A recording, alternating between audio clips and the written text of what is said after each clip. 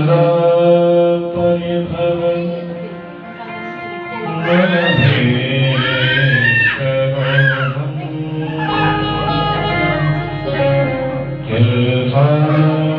तीर्थास्पदं शिवविदं शरणं शरण्यं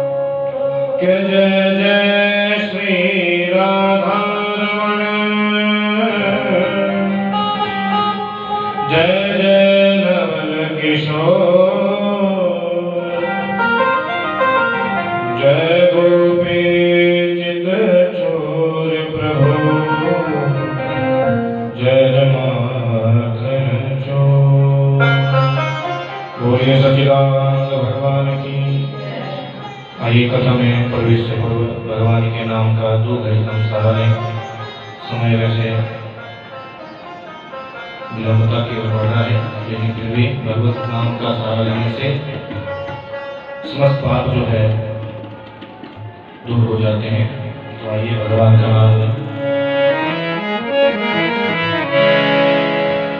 ನಾರಾಯಣ ನಾರಾಯಣ ಲಕ್ಷ್ಮೀ ರಮಣ ನಾರಾಯಣ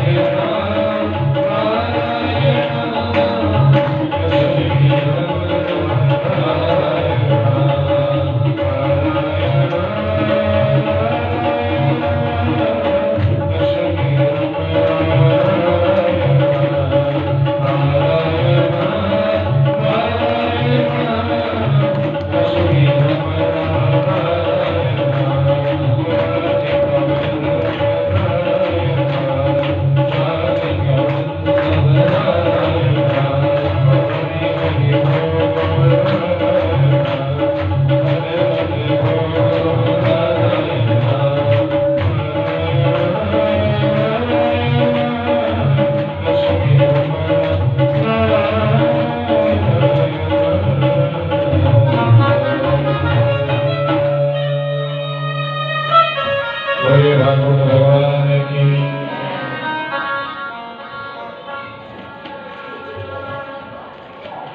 हरिशरणम हरिशरणम हरिशरणम। परम मंगलमय परमेश्वर अकारण करुणा वरुणालय भक्तवंशा कल्पतरु तड़ित मोर मुकुट पीतांबरधारी श्री बालकृष्ण लाल की वांगमय शब्दमय वाणी में प्रतिमूर्ति श्रीमद् भागवत महापुराण के चरणों में इस दास का अनंतानंत नमन। अंतःकरण में स्थित सद्गुरुदेव भगवान, पूज्य माता पिता, पितृगण, विघ्नों का समूल नाश करने वाले रिद्धि सिद्धि कर्ता भगवान गणेश, कंठ के स्वरों को ललित करने वाली मां शारदा, लक्ष्मी नारायण भगवान, गौरी शंकर भगवान, ग्राम देवता, ग्राम देवी भगवती श्री बूढ़ी भैरवा जी, यजमान कुलाधिष्ठात्री मां चिंतपूर्णी, श्री ज्वाला देवी जी, ज्ञान सिंह बाबा बालकनाथ, मां सोना सिंहासन, मां बगलामुखी, मां हनुकी जी और गणेश मंडल सहित जितने भी देवता अंदर विद्यमान हैं, सर्वतोभद्र मंडल स्थित देवता, विष्णु पंचायतन देवता व राम जी के परम स्नेही हनुमान जी महाराज, समस्त देवता अपना अपना स्थान ग्रहण कर हम सभी को अपना अपना आशीर्वाद प्रदान करें। विराजमान समस्त संतजन, बृहस्पति यज्ञाचार्य जी, ऋग्वेद यजुर्वेद सामवेद अथर्ववेद के विद्वान ब्राह्मण मंडली, मां शारदा के परम स्नेही व कृपापात्र संगीताचार्य बंधुजन, भागवत चरण अनुरागी प्रिय मातृशक्ति एवं भगवान के अन्य भक्तों, कौंडल गोत्र में उत्पन्न हुए स्वर्गीय श्री वतन सिंह व उनके पिता स्वर्गीय श्री सोनू राम जी व उनकी धर्मपत्नी स्वर्गीय श्री देवकी जी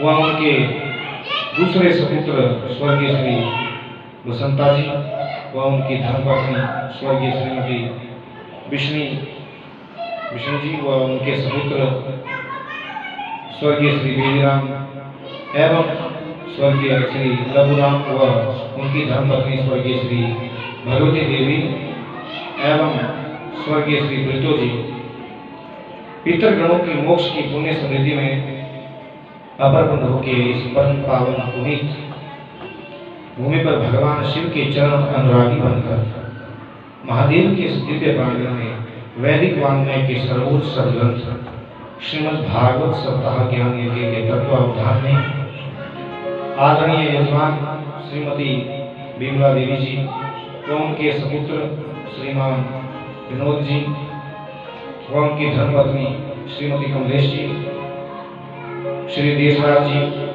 व उनकी धर्मपत्नी श्रीमती रीता जी, श्री सुनील कुमार उनकी धर्मपत्नी श्री कृष्णा देवी जी, श्री अनिल कुमार जी उनकी धर्मपत्नी श्रीमती रीता देवी व रिया राधिका व अन्य बालक बालिका, समस्त कुंभकार यजमान परिवार की श्रद्धा भावना प्रेम और विश्वास के फलस्वरूप हमें भागवत जी का सानिध्य आज से आरंभ होकर 7 दिनों तक मिलने जा रहा है, जो हम आप सबके लिए बड़ी प्रसन्नता की, बड़ी ही आनंद की, बड़ी ही हर्ष की बात है। आज भगवान की कथा प्रथम दिवस में प्रवेश कर रही है। तो श्रीमद् भागवत जी की आज महात्म्य की कथा है। महाराज आज कौन सी कथा है? तो आपको पता तो होगा ही कि महात्म्य किसे कहते हैं। पता है आपको महात्म्य किसे कहते हैं? तो बोलो ना जय श्री कृष्ण। महात्म्य का सीधा सा अर्थ होता है कि उसकी महत्ता, ब्रिटिश भाषा अंग्रेजी में कहते हैं इम्पोर्टेंस, कि हम कोई कार्य करते हैं या किसी से कोई कार्य करवाते हैं तो पूछ लेते हैं महाराज जी आपकी विशेषता क्या है। तो भागवत की क्या विशेषता है, क्या महात्म्य है, उस पर आज जो है सूत जी निमिषारण्य ग्रंथ में सौंदर्य 88,000 ऋषि वो इस बात को बताया। बोलो ना जय श्री कृष्ण। आजकल गर्मी बहुत है, निकला देवी का आक्रमण से बीच में थोड़ा भगवान का नाम लेना पड़ेगा। तो आइए पहले जिसमें भगवान भागवत की ये जो कथा है, महात्म्य की जो कथा है, स्कंद पुराण से ली गई है। और इसका द्वितीय महात्म्य जो जब 1 महीने के लिए भागवत रखा जाता है, संत जनों से हमने श्रवण किया है, तो वह पद्म पुराण से ली गई है, ऐसा संतों का कहना भी है और पुराणों का मत भी है। प्रेम से बोलो जय श्री कृष्ण। तो आइए पहले भागवत जी के प्रथम मंत्र में जिस देवता को, जिस देव को प्रतिपादित किया गया है, उसके बारे में हम जो है उनको प्रणाम करते हैं। सच्चिदानंद रूपाय विश्वोत्पत्त्यादिहेतवे तापत्रय विनाशाय श्री कृष्णाय वयं नमः। पहले कहा सच्चिदानंद रूपाय, भगवान का नाम क्या है? तो जोर से बोलो, नहीं किया है क्या? बोलो ना जय श्री कृष्ण। भगवान का नाम है सच्चिदानंद, जिसमें 3 शब्द है, सत, चित और आनंद। आप सब जानते हैं सच्चिदानंद, सच्चिदानंद, जय हो सच्चिदानंद भगवान। तो पहले बात हो रही है सत की। तो सत का अर्थ होता है जो शाश्वत है। क्या है? नहीं समझ आया तो शाश्वत का अर्थ होता है जो सदा से है, जो पहले भी था, आज भी है और भविष्य में अंत में भी उनके वही रहता है, वो है सत्य। देखिए, दूध में आप जितना भी पानी मिला दीजिए वो सदा सत्य ही रहता है। वैसे ही एक व्यक्ति जो होता है वो सदा ये अपेक्षा रखता है कि मैं दुनिया से झूठ बोलूं लेकिन मेरे साथ कोई झूठ ना बोले। बोलो होता है सर, हम दुनिया से झूठ तो बोल देते हैं लेकिन अपने आप से झूठ नहीं बोल पाते। दुनिया से छुपा सकते हो लेकिन अपने अंतःकरण से कैसे छुपाओगे, क्योंकि हमारा गोपाल तो हमारे हृदय में बैठा है। तो बोलो ना जय श्री कृष्ण। तो ये बात होगी सत्य की। अभी इस श्लोक पर स्वामी वंशी धरती का मिलती है वृंदावन में। इस श्लोक के भी कई अर्थ किए गए हैं और जो भागवत जी का जो प्रथम श्लोक है जन्मादस्य और उसके भी 108 उन्होंने किए गए हैं। अगर भागवत जी के एक श्लोक को अगर कोई याद भी कर ले, 1/4 श्लोक को भी पढ़ ले, उसका इहलोक भी सवरता है और अंत में जो भगवान के धाम हो जाता है भागवत जी में। तो दूसरा शब्द क्या था? चित्त। चित्त माने प्रकाश। अब भैया आपको पुस्तक पढ़नी हो तो बल्ब तो जलाना पड़ेगा। सुबह होती है, सूर्योदय होता है, कभी प्रकाश होता है। लेकिन जिस परमात्मा को किसी से प्रकाश लेने की जरूरत नहीं, अनंत ब्रह्मांड को परमात्मा बनाते हैं और उन्होंने सूर्य चंद्रमा की व्यवस्था वही करते हैं, क्योंकि वह स्वराट है, वह स्वयं प्रकाशित है, वह चित्त है। चित्त का एक अर्थ होता है मन। भगवान हमारे मन में है। और आनंद, तीसरा था आनंद। आनंद को सबसे सस्ता बना दिया कलयुग के लोगों ने। हाँ जी, गर्मा गर्म कचौड़ी में आनंद है। हाँ जी, आज तो देसी घी की जलेबी बन गई महाराज, बड़ा आनंद आ गया। हाँ जी, ये तो जीव के स्वाद है। आनंद तो मेरे कृष्ण की कथा में, आनंद तो राम की कथा में। देखिए, जितने भी शब्द होते हैं उसका उल्टा होता है।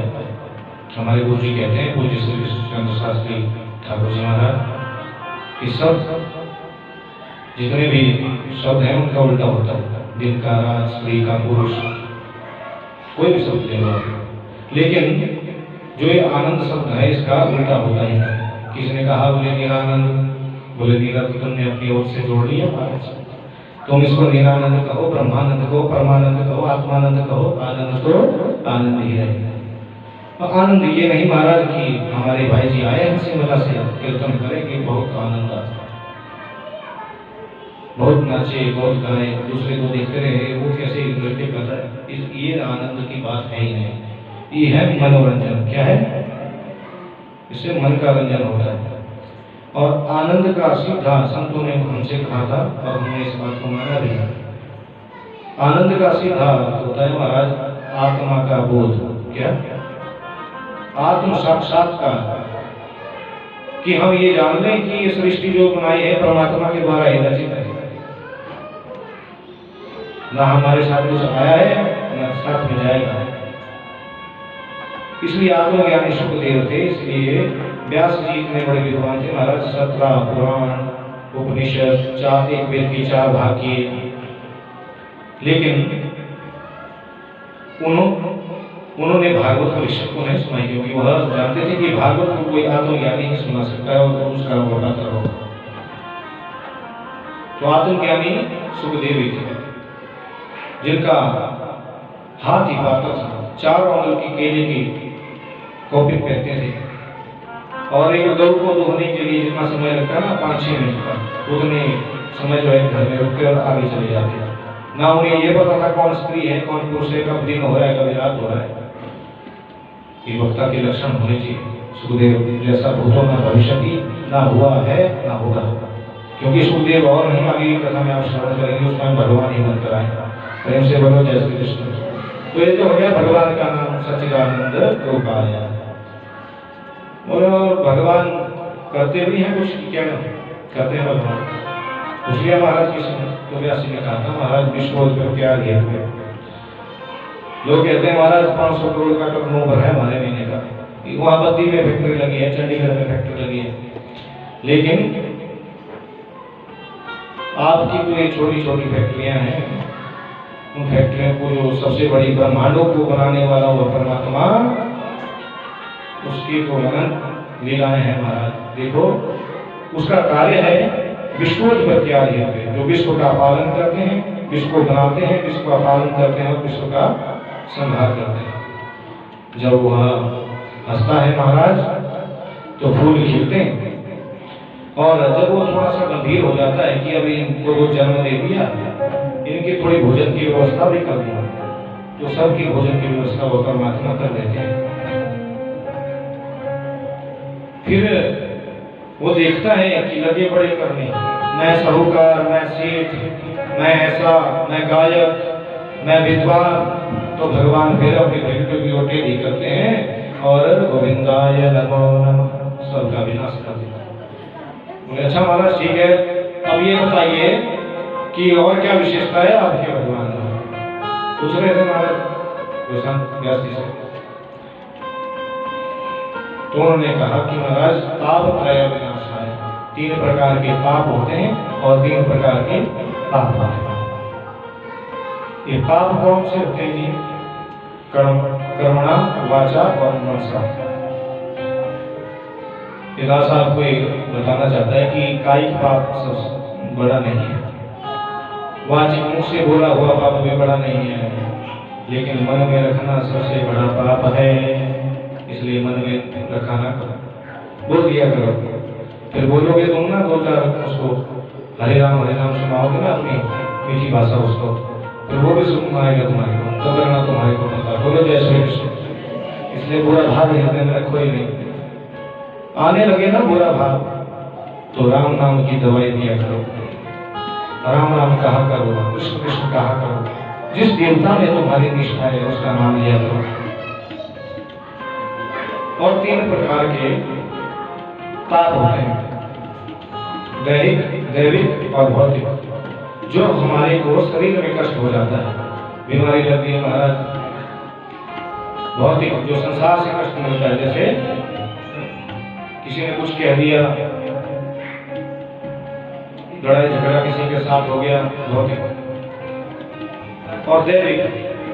हमारा जब इस बात को फसल ठीक हो गई महाराज, ठीक कमाएंगे हम इस बात। और रात को क्या हुआ, देव प्रकोप हो गया, ओला ऊपर से पड़ गया और पूरी जो आपने कृषि की थी, खेती की थी, सब बर्बाद हो गया।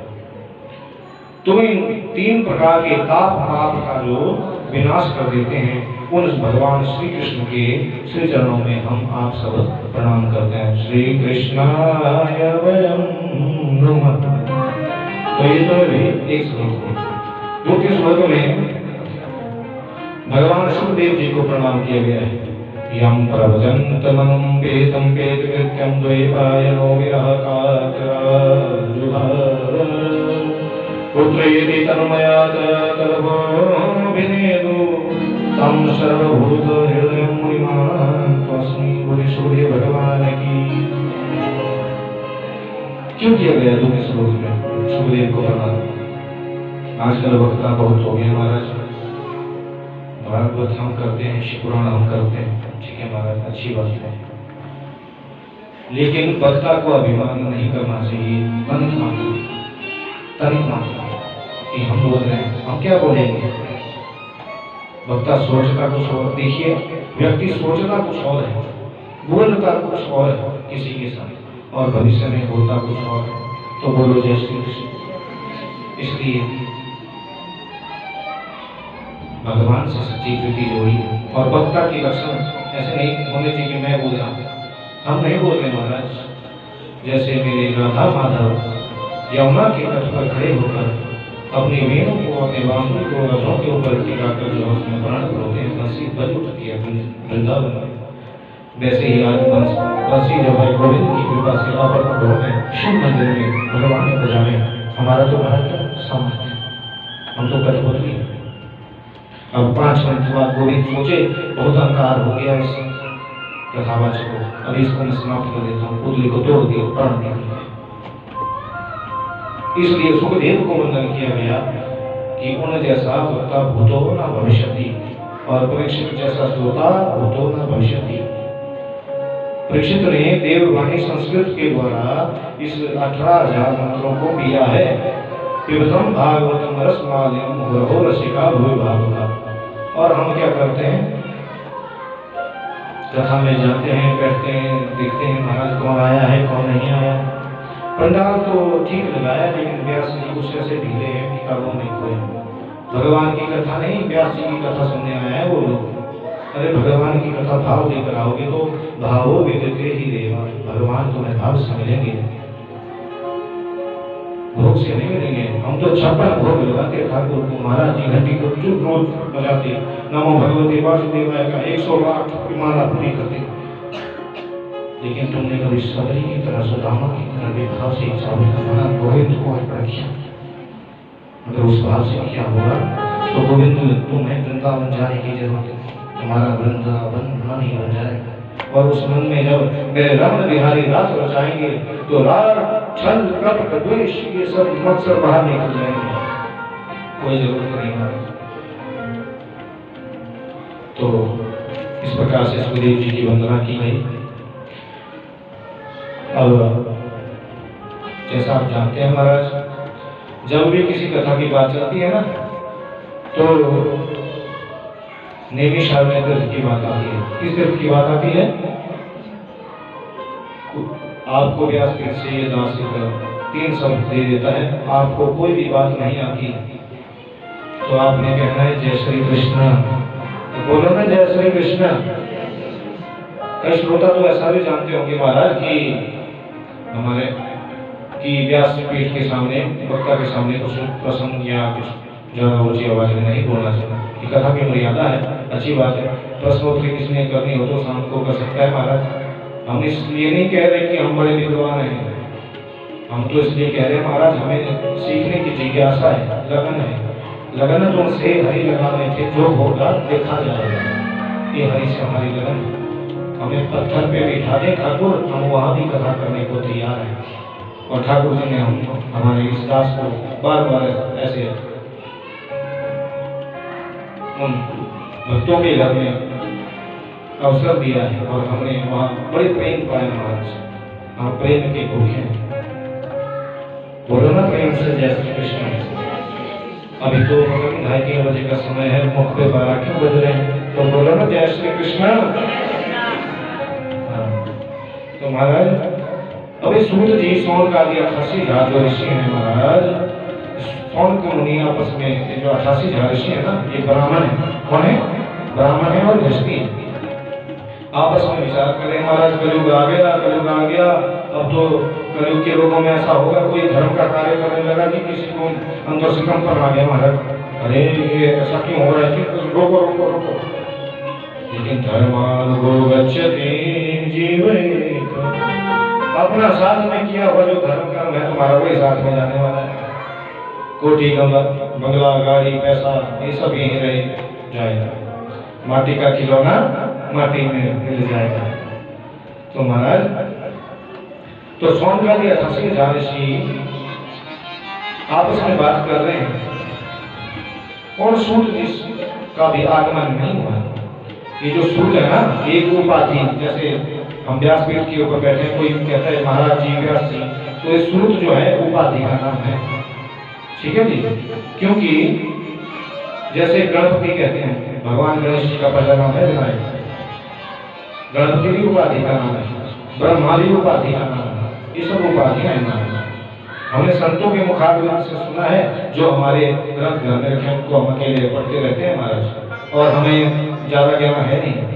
हम तो हरि से कहते हैं, हम तो जैसो तैसो तेरो प्रभु, बस तुम्हारा नाम ना छूटे, दुनिया छूटे कोई बात नहीं, कोई बुलाए चाहे ना बुलाए, हम तो तुम्हारे और तुम हमारे बात कर बोलो ना जय श्री कृष्ण। तो महाराज भगवान का स्तुति स्तवन करते करते सोन का भी 88 झार ऋषि पहुंच गए वैकुंठ में। बोले वैकुंठनाथ की। ऋषियों में बड़ी शक्ति हो महाराज, बैठ गए ध्यान में पहुंच गए। ये शरीर तो यही है, लेकिन जो हमारा कारण शरीर है, सूक्ष्म शरीर है, वह जो है हरि के रूप में पहुंच गया। और 88 हजार ऋषियों को देखकर भगवान को देखकर जो है वह ऋषि स्तुति स्तवन करने लगे। कभी अभी तो दक्षिणायन का समय है, क्योंकि उत्तरायण में भगवान योग निद्रा से विश्राम लेते हैं और दक्षिणायन में सो जाते हैं, भोले बाबा जाग जाते हैं। उत्तरायण में भोले बाबा समाधि हो जाते हैं, शिवपुराण में। तो महाराज अब निमिषारण्य तीर्थ में आने से पूर्व जो है वो सोन का 88 झार ऋषि जो है भगवान का स्तुति स्तवन करने लगे और कहने लगे, नारायण नारायण लक्ष्मी नारायण नारायण लक्ष्मी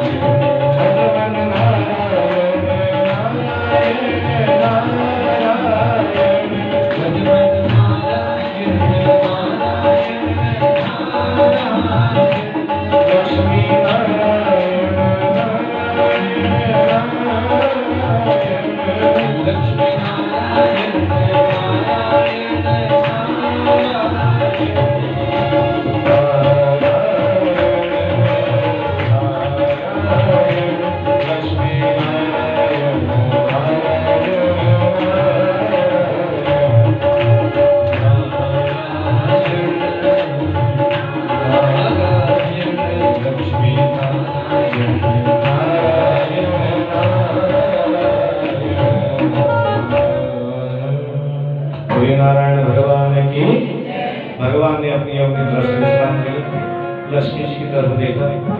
अरे वो सनक सनातन सनत कुमार 4 आ रहे थे और जय ने रोक लिया। अरे महाराज रुक जाओ, कहाँ जा रहे? जब 4 को अंदर आने की अनुमति नहीं थी तो मेरे द्वारपालों ने सोन का दिया 88 झार ऋषि को कैसे अंदर आने दी? बोले हम आपके वैकुंठ क्यों कहते हैं? जहाँ वैरागियों का जहाँ कुंठा मिट जाती है, जहाँ वैरागी हृदय में आ जाता है, वैर मिट जाता है, कुंठा मिट जाती है, उसी को वैकुंठ कहते हैं, ठीक है ना। और स्वर्ग नरक है इसी धरती पर, नहीं गगन के उस देखो पार। अच्छा कर्म करेंगे तो अच्छा हुआ दिन है, बुरा कर्म है नरक का द्वार। तो बोलो ना जय श्री कृष्ण। लेकिन हम नहीं मानते महाराज, हम तो ईर्ष्या रुपया में और घी डालते हैं। तो ऐसा नहीं करना चाहिए। भगवान की कृपा है महाराज। सौनकादि 88 ऋषियों को देखकर पहले तो भगवान ने थोड़ा प्रयास किया, कैसे अंदर तुमने रोका? अरे प्रभु, हमें कौन रोक सकता है? क्योंकि हरि ब्राह्मण स्वप्रिय, भगवान को सबसे प्रिय कौन है? तुलसी, ब्राह्मण। और कैसा ब्राह्मण? जो 5 ही मानता हो, जिसके मन में लालच ना हो, लोभ ना हो, काम विकार ना हो, क्रोध ना हो, ईर्ष्या से रहित हो, जो सच्ची वाणी बोलता हो, गोविंद के ध्यान में नित्य रहता हो, मांस, मदिरा, प्याज, लहसुन, मूली, गाजर इत्यादि का सेवन न करता हो, वैसा ब्राह्मण। क्योंकि ब्राह्मणों की कुछ नियम है, इसलिए ब्राह्मण भगवान को प्रिय है। और भगत के लिए कोई नियम नहीं है, ये पहले बोलते हैं, ठीक है जी। भगत के लिए कोई नियम नहीं है, जैसे कैसे भगवान को मनाना है। लेकिन ये मानने वाले नहीं, ये तो पहले खूब रुलाते, भाग जाते हैं।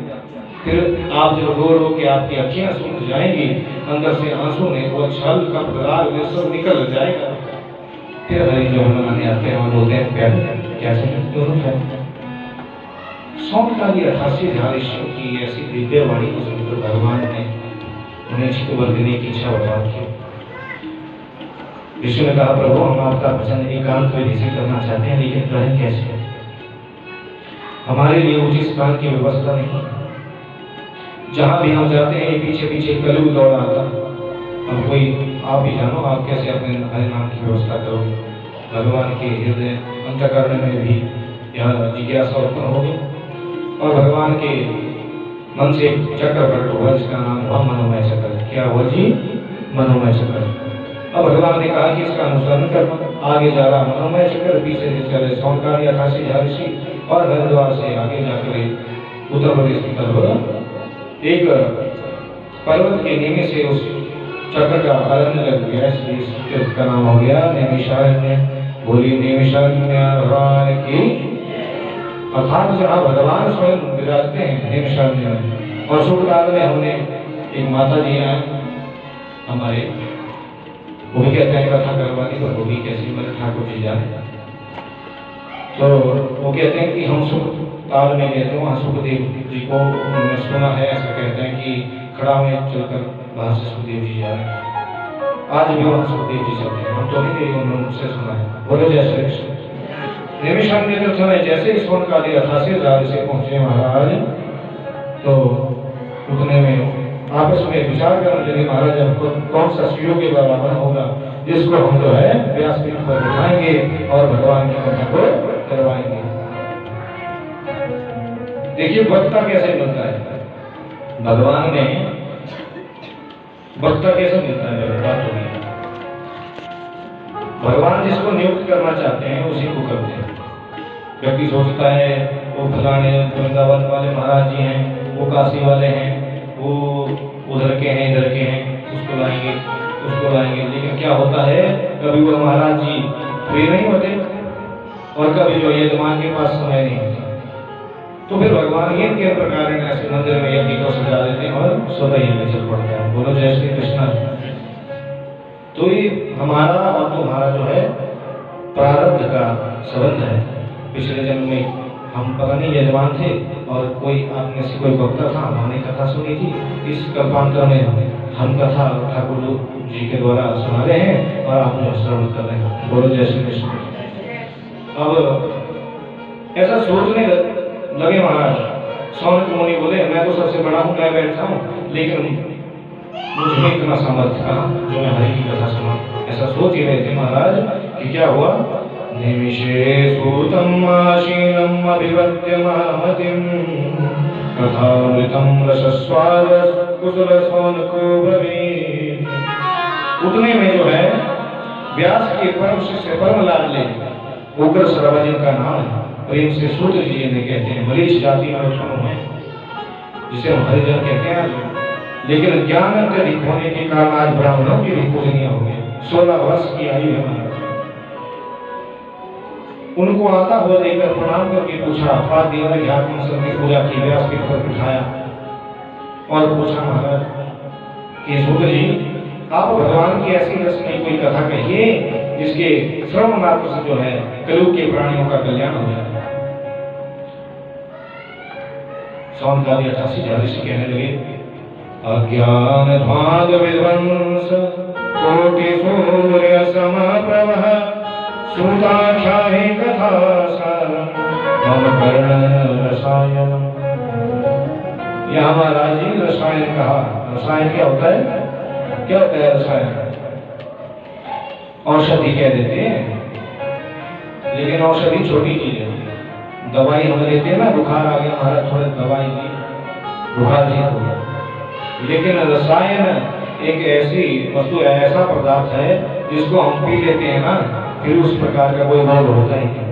तो ये भागवत भी एक रसायन है। इसको जो परीक्षित की भांति श्रद्धा भाव से, जो सुबह मूल पाठ सुनेगा, श्रद्धा भाव से, विश्वास से अपने कर्ण कोटों के द्वारा, कर्ण रंध्रों के द्वारा पी लेगा, उसको जो है गोविंद की प्राप्ति जो है हृदय में हो जाएगी। वह जीवित अवस्था में मोक्ष को प्राप्त हो जाएगा। वो रहेगा संसार में, परिवार में, लेकिन मोह ममता किसी से नहीं रखेगा, प्रेम से रहेगा, आनंद से रहेगा। उसको कुछ भी बोले तुम तो केवल मात्र जय श्री कृष्ण, जय श्री राम, जय श्री नारायण कहेगा। बोलो ना जय श्री कृष्ण। तो महाराज अब सूत जी कहने लगे, सूत जी से कहते हैं सौनकादि 88 ऋषि कि महाराज चिंतामणि रोग सुखम सुदो स्वर्ग संपदम प्रच्छति गुरु प्रीतो वैकुंठ योगी दुर्पदम। कि चिंतामणि अर्थात किसी के पास चिंतामणि है ना, हाथ में रखिए और चिंतन करेगा महाराज, अरे सोने की चेन चाहिए थी, वो वस्तु चाहिए थी, BMW गाड़ी चाहिए थी, उसको मिल जाएगी। भौतिक वस्तु को ये दे सकती है चिंतामणि। वैसे ही स्वर्ग का दुर्लभ वृक्ष है, उसके नीचे बैठकर भी जो भी कल्पना करोगे वो मिल जाएगा। लेकिन इन दोनों की सामर्थ्य भौतिकता को देने की, जो पारलौकिक, जो परमात्मा की भक्ति है, उसको यह स्वर्ग का वृक्ष नहीं, उसको ये चिंतामणि नहीं, उसको तो जो योगियों के लिए जो वैकुंठ दुर्लभ है, उसे तो गुरु ही दे सकते हैं। इसलिए गुरु से प्रीत लगानी चाहिए, गुरु का ही वंदन करना चाहिए। और आपको बता दें कि गुरु किसे कहते हैं, किसे कहते हैं गुरु। अब हमने भी बनाया है गुरु महाराज, हमने बनाया नहीं क्षमताम, हमको ठाकुर जी ने गुरु दिए, बड़े सरल स्वभाव के हैं। चंडीगढ़ में हमारी दीक्षा हुई थी सन 2019 में। हमको लगा बहुत इंटरनेशनल प्रवक्ता है महाराज, बड़ी उचित ख्याति है और बड़ा रखते हैं, स्पेशलाइजेशन विशेषता रखते हैं महाराज। बिल्कुल संत स्वभाव है, जो करोड़ों रुपए लेकर आ रहा है उसके प्रति भी वैसी दृष्टि है, और कोई 100 रुपए लेकर जा रहा है उसके प्रति भी वैसी दृष्टि। ऐसे गुरु पाकर हम धन्य हैं महाराज, ठाकुर जी ने हमें प्रदान किए। तो बात हो ये गुरु किसे कहते हैं। गुरु का अंधकारस्तु गुरु का निरोधक। गुरु कहते हैं अंधकार को, गुरु कहते हैं प्रकाश को। जो अज्ञान रूपी अंधकार से हमें पारलौकिक प्रकाश रूपी परमात्मा के पास ले जाए, उसे गुरु कहते हैं। तो कौन है गुरु? बोले आडमास का बात, ये बुजुआ जो है ये है गुरु महाराज। जो आपके कर्ण में गुरु ने दे दिया है ना अंदर मंत्र, वो है गुरु। उसको घुमाने से आपको परमात्मा की प्राप्ति होगी। वरना ले लिया गुरु मंत्र महाराज, इंटरनेशनल प्रवक्ता से लिया क्या दे बनाने के लिए, फिर बाद में क्या हुआ महाराज, गुरु जी के पीछे पीछे दौड़े आप। गुरु जी जा रहे हैं मर्सिडीज गाड़ी में, चेला जी चले हैं पैदल, और धूप पड़ी है, गुरु जी को लगा एसी और चेला को निकल रहा है पसीना। फिर क्या होगा, 200-400 कम लेके गए, गुरु जी बोले चले जा रहे हैं। तो ऐसे गुरु नहीं, लो भी गुरु लालची चेला, दोनों नरक में ठेला। ऐसा नहीं, गुरु जो आपको मंत्र दिया है, हमारे हृदय का भाव है। हम ऐसा समझते हैं कि जो मेरे को गुरु जी ने दिए, मैं उसको जितनी बार घुमाता हूँ मेरे को प्यास जल जाती है महाराज से कि थोड़ा और घुमा लेगा तो अच्छा होता। गुरु नानक देव के एक भक्त थे, उन्होंने कहा कि जो महाराज थोड़ा भजे वो भी पछताए, जो भजे वो भी पछताए, और जो ना भजे वो भी पछताए। क्योंकि जो भजता है ना उसको लगता है कि महाराज कम नहीं है और बढ़ा ले, और जो नहीं भजता है, वो जिसकी मरणावस्था आ जाती है वो सोचता है महाराज अभी तो मृत्यु आई है, अगर भगवान का नाम लिया होता हुआ तो वैकुंठ मिल जाता। तो ये तो ऐसी दवाई है महाराज, इसको जितना तुम पियोगे उतना कम ही है। ना जाने किस श्वास में हमारे प्राण रखे हैं, इसलिए गोविंद नाम की दवाई जो है सदा लिया करो। बोलो जय श्री कृष्ण। तो गुरु जी अब आपके दर्शन हुए महाराज, तो कैसे हमारा जो है कल्याण होगा, कलयुग के लोगों का कल्याण होगा। फिर कहते हैं काल मुख ग्रास प्रास निराश हेतुरे श्रीमद् भागवतम शास्त्रम करो करीन भाषितम। कि कलयुग में काल रूपी अजगर से छुड़ाने वाला एक ही शास्त्र है जो है श्रीमद् भागवत का श्रवण। पहले है श्रवण, क्या है? सुनना, श्रवण। फिर है पठन। फिर घर में जाकर व्यास जी ने जैसा कहा, जैसे श्लोक कहे वैसे लिखा कि झूठ बोल रहे थे वैसे उसको पठन करो। जब आप श्रवण करोगे तो ये श्रवण भक्ति है, भक्ति है। फिर बताया गया श्रवण के बाद पठन, पठन से आपको ज्ञान मिलेगा। फिर बताया गया मनन, जब आप मनन करोगे, चिंतन करोगे तब आपको वैराग्य की जागृति होगी। और जब आप आचरण करोगे, उसको जीवन में थोड़ा थोड़ा करके उतारोगे महाराज, तो आपको त्याग की प्राप्ति होगी, तो हो गया भागवत। फिर आपका जीवन ही भागवत बन जाएगा। बोलिए जय श्री कृष्ण। तो महाराज अब कलयुग में तो यही कथा पाल लगाने वाली है जो सुखदेव भगवान ने राजा परीक्षित को सुनाई थी। कि जब सुखदेव जी परीक्षित को कथा सुनाने लगे, तब जो है देवता लोग जो है उनके पास आए और अमृत का कलश लेकर कहा, अरे सुखदेव जी आप जो है ये स्वर्ग का अमृत जो है राजा परीक्षित को पिला दीजिए और हम जो है हमारे को भगवान की कथा में तुला दीजिए। तो सुखदेव जी ने कहा था क्या, सौंदर्य 88,000 ऋषियों को लक्ष्य करते हुए हम आप सबके कल्याण हेतु सूत जी कह रहे हैं कि क्व सुधार व कथा लोकी क्व काच क्व मणि महान ब्रह्मरातो विचार एवं तदा देवान जहारस।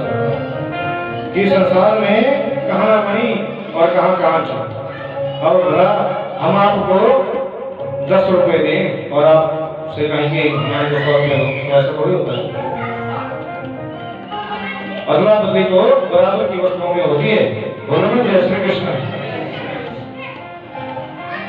तो महाराज इस प्रकार से बताया गया।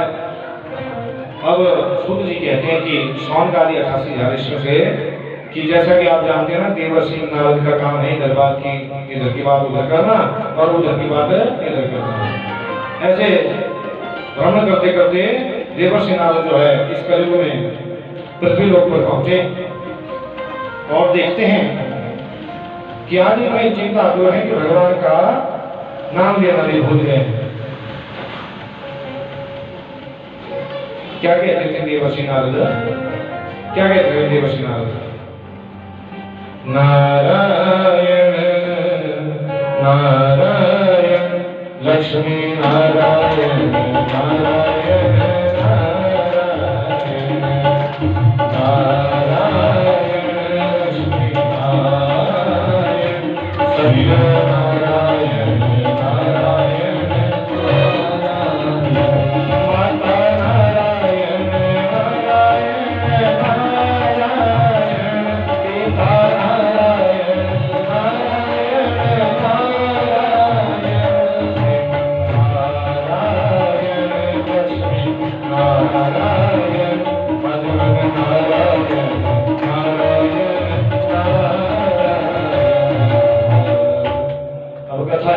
पिता कीर्तन ऐसा है, दवाई होती कड़वी उसको पिया जा रहा है यहाँ से और निद्रा भी आ रही है।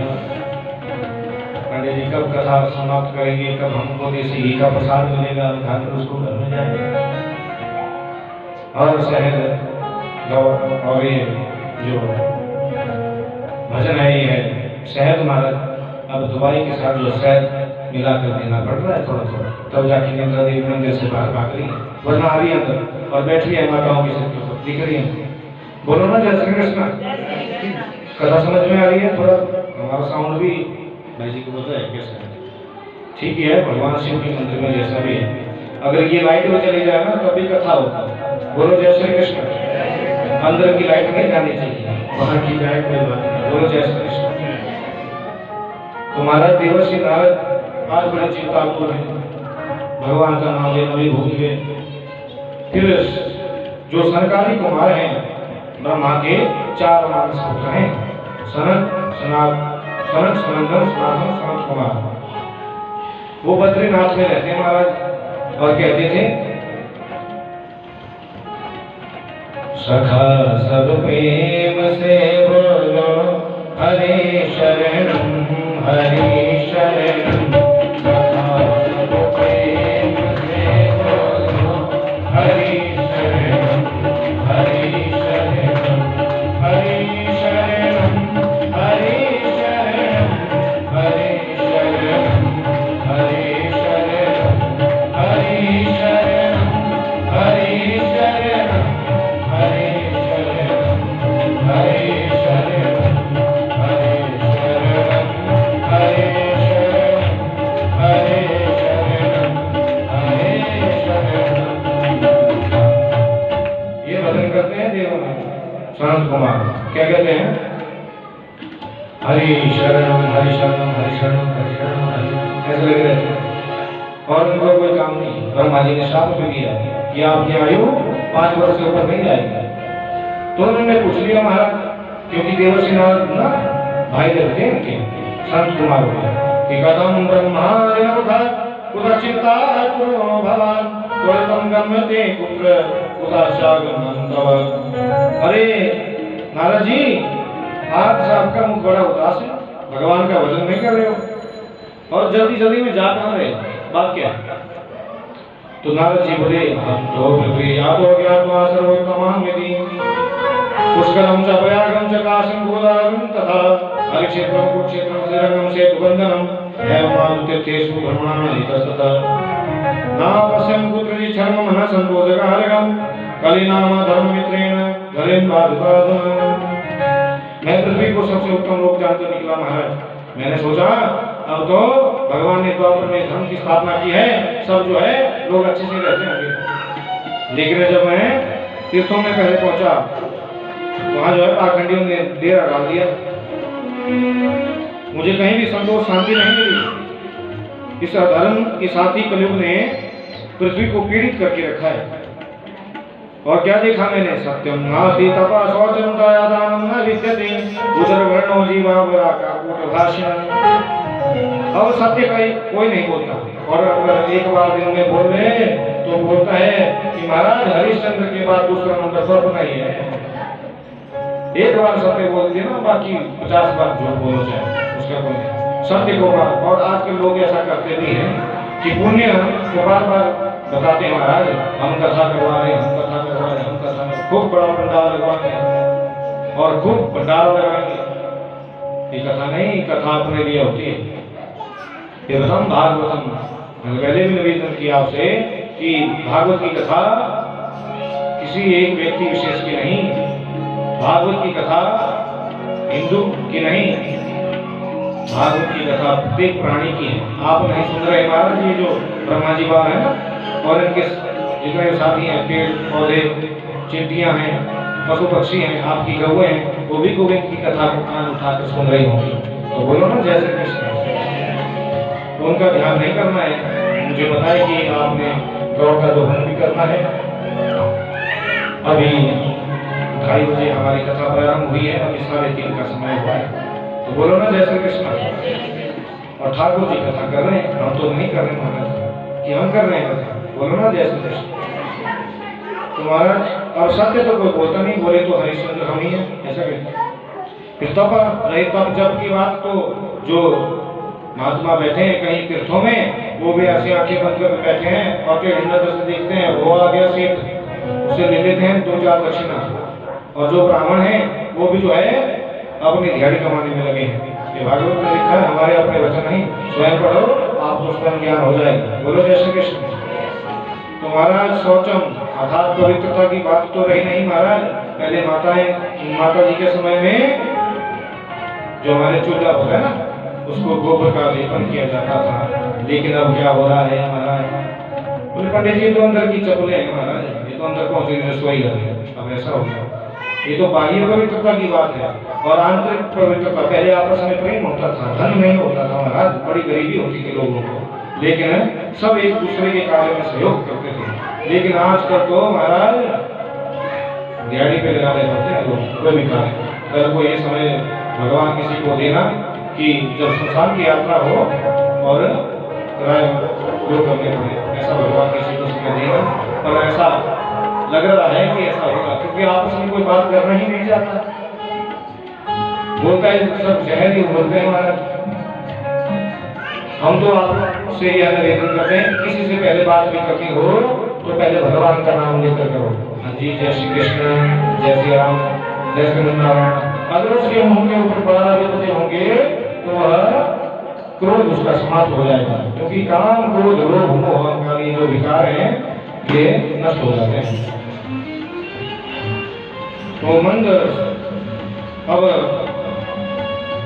दया की बात नहीं रही महाराज, दया कोई नहीं करता। एक दीनहीन प्राणी के ऊपर भी कोई मच्छर जैसा आदमी भी हो ना, और देखिएगा कि इसको मार पड़ रही है तो वो भी तानसेन बन जाएगा और कहेगा कि मैं 2-4 इसको लगा के आता हूँ। दया की बात किसी के हृदय में नहीं है। और दान कर दे, रही दान की बात तो दान गोपनीय विधि से होता था। राजा हरिश्चंद्र जैसे दानी, राजा दशरथ जैसे दानी भूतो न भविष्यति, जिन्होंने अपने राज्य को दान कर दिया था। और महर्षि दधीचि जी जैसे दानी, जिन्होंने अपने शरीर को दान करके जो मंदिर का निर्माण करवाया। तो दान में लोग जो है दिखाने के लिए करते हैं। और आजकल चला है प्रचलन, फोटो लेते हैं महाराज, ये हमने ये दान फलाने महाराज जी को किया, दिखाते हैं दुनिया को, और ये जो सोशल मीडिया इसको दिखाते हैं। बोलो जय श्री कृष्ण। फिर उधर भरणो जीवा रागा पूर्ण भाषिणा, अब जो पेट को भरने के लिए, पेट का पालन पोषण करने के लिए जीव झूठ बोल रहा है। अरे महाराज ऐसे तो 15 रुपए की है महाराज, लेकिन आप जो है हमारे अपने ही सगे हैं, आपको 12 में दे देंगे, 10 में बताए हैं 2 रुपए की। बोलो जय श्री कृष्ण। ऐसा हो रहा है, सत्य लिखा है भागवत में। मंदा सुमंद मतियो मंद भाग्य पात्रता पखंड निरस्ता संतो गृहता सब परिग्रह। अब जो है के लोग असत्य भाषी हो गए हैं, आपसी हो गए, जो सुबह 4 बजे उठकर बावड़ी से लगाकर शिव का अभिषेक किया करते थे तो आज 9 बजे उठ रहे हैं। मंद बुद्धि हो गए महाराज। कोई कहेगा भले की बात मुझसे कि महाराज ये कार्य ऐसे करना चाहिए, लेकिन जो व्यक्ति सुनने वाला है उसका उल्टी हिलेगा महाराज। हाँ, ये तो नहीं मेरा बुरा चाहती है, कभी बोल रही है उल्टी हिलेगा महाराज। नेगेटिविटी बहुत है, भाग्यहीन है महाराज, उपद्रवी हो चुके हैं। अब ना कोई साधु है ना संत है। और तरुणी प्रभुत्व के शयान को बुद्धिदायक। स्त्रियों का राज्य है घर में, किसका राज्य है? मैडम का राज्य है। मैडम किसे कहते हैं? मैन प्लस डम इज इक्वल टू मैडम। जिसके सामने कलयुग में मैन डम हो जाए ना, उसे कहते हैं मैडम, समझे? जिसके सामने मैन डम हो जाता है और सर जी कहते हैं यस मैडम, जैसा तुम बोलोगे वैसे ही होगा। तो तरुणी प्रभुत्व की है, घर में है स्त्रियों का राज्य। और स्वयं में तो बुद्धिदायक। अब सगा भाई से भाई सलाह नहीं देगा कि महाराज ये भागवत की कथा करानी है, ये जागरण करवाना है, भंडारा कराना है, ऐसा घर बनाना है, मुझे कुछ बताओ। साले साहब को फोन होगा महाराज, आओ साला साहब जी, और ठीक है पहुंचो। हाँ, पार्टी भी करते हैं महाराज, वो तो बनती है। अरे नया घर बना रहे हैं जीजा जी, आप थोड़ी पार्टी तो बनती है। और साले जी आएंगे महाराज, और उसमें साले भी आजकल कैसे हो गए हैं कि अपना ही फायदा देखते हैं महाराज। 10 लाख का घर बना है और जीजा जी रहते हैं अमेरिका में, घर बनना है भारत में, कोई बात नहीं भैया, जहाँ 500 रुपए की पूरी सीमेंट की लगानी थी वहाँ 250 की लगा देंगे। जीजा का तो घर अपना तो है ही नहीं। बोलो ना जय श्री कृष्ण। ऐसा नहीं होना चाहिए, लेकिन हो रहा है ऐसा। और कन्या दंपति नाम अब कन्या को विवाह है नहीं जा रहा, भागवत में लिखा है। भागवत की कथा को देखो और पढ़ो। आज कन्या को बेचा जाता है। अरे हमारी लड़की तो +2 पास है ना, और उस लड़के ने तो एमएससी की कर रखी है और चंडीगढ़ में उसकी फैक्ट्री भी है और 200 करोड़ का महीने का टर्नओवर है। वहाँ बेटी का विवाह कर देते हैं और जब बेटी का विवाह हो जाता है और शाम को टोली बना के वो एमएससी वाला आता है, फिर होती है मैडम की सेवा। बोलो जय श्री कृष्ण। तो आज कन्या को बेचा जा रहा है और दंपति नाम चक्र जन्म। आज स्त्री और पुरुष में जो दंपति है, पति पत्नी है, उनमें कलेश रहता है। क्या होता है कि जैसे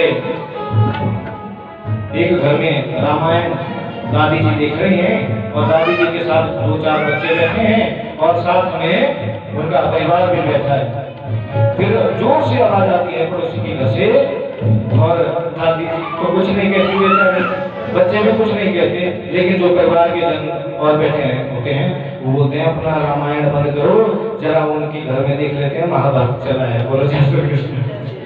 तो आज के लोग ऐसे हैं महाराज, ऐसे सुनते हैं खाने लाने। तो फिर महाराज आगे कहते हैं, कौन कह रहे हैं? देवर्षि नारद कह रहे हैं सनकादि कुमारों से और सूत जी कह रहे हैं सौनकादि 88 में नैमिषारण्य नेतृत्व में, और पंडित जी कह रहे हैं यजमान श्री वर्धन सिंह जी की पुण्य स्मृति में आपके शिव मंदिर में बैठकर भगवान शिव की कृपा से। बोले शंकर भगवान की। तत्र आश्चर्यं मया दृष्टं श्रुतांतं मुनीश्वरा एकतु तरुणी तत्र निष्णान् किमांसा दो लोक पार्श्वो पार्श्वे नि स्वांता वचेकनो सुसेंती प्रबोधयन्ति रुद्धि च प्रायोगः। अरे मैंने फिर एक आश्चर्य देखा, मैंने कहा देखा हरिद्वार में कि महाराज ये किसका आश्रम है? ये 5 मंदिर किसका आश्रम है? बोले त्यागी जी महाराज का आश्रम है। और त्यागी जी महाराज नाम है त्यागी, और त्यागी जी महाराज बैठे हैं लंदन में प्रवचन कर रहे हैं। फिर मैं पुष्कर में पहुंचा और माँ के धाम में मैंने देखा यहाँ तो जिसको शांति मिलेगी। फिर मैंने देखा महाराज ये इतने सारे बच्चे किसके हैं, ये बालक किसके हैं? बोले महाराज ये जो बालक हैं ये हैं ब्रह्मचारी महाराज के। कर लो बात, नाम है ब्रह्मचारी और 100-200 बच्चों के बाप बने बैठे। ऐसे ग्रंथ हैं आज।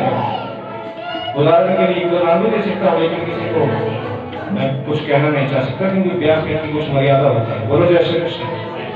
फिर मैं थोड़ा आगे पहुंचा, मैंने देखा महाराज ऐसा कीर्तन तो मैं भी नहीं करती जैसा सूर्य यहाँ से आ रहा है। अरे मैंने पूछा अरे भाई जी ये बताओ ये कौन से महाराज है? बोले है मौनी बाबा, नाम है मौनी बाबा और ध्वनि प्रदूषण कर रहे हैं। बोलो जय श्री कृष्ण। फिर मैंने विचार किया इन तीर्थों में तो पाखंडियों ने डेरा डाल दिया, लेकिन नाद भक्ति सूत्र में भगवान ने मुझसे कहा था वृंदावनम न परित्यज्य पादमेकं न गच्छति। नारद मैं वृंदावन को छोड़कर एक चरण विवाह नहीं जाता, एक पांव विवाह नहीं रखता। जब अक्रूर जी भगवान को लेने के लिए आएंगे और भगवान चल पड़ेंगे तो यमुना में दर्शन कराएंगे गुरु जी को, और जो रथ पे रूप बैठा होगा कृष्ण बलराम का कन्वा दलवा का, तो मेरे जो वृंदावन की बाकी वैरी है और जो अद्भुत के रूप धारण करके वृंदावन पर लौट जाएंगे, भगवान छोड़कर नहीं जाए। फिर मैंने नारद जी ने कह रहे हैं कि मैंने विचार किया कि वहाँ जाता हूँ जहाँ भगवान ने 11 वर्ष 56 दिन भगवान वृंदावन की भूमि में रहे, वहाँ देखता हूँ क्या होगा। पहुँच गए महाराज, वहाँ भी देखा दुखी कि एक जवान स्त्री है, कई दास दासियां उसकी सेवा कर रही है, कोई उसे पथा कर रही है, कोई चरण उसके दबा रही है, कोई फल खिला रही है। 2 वृद्ध पुरुष उसके चरणों में पड़े हैं और फिर भी वह देवी रोदन कर रही है।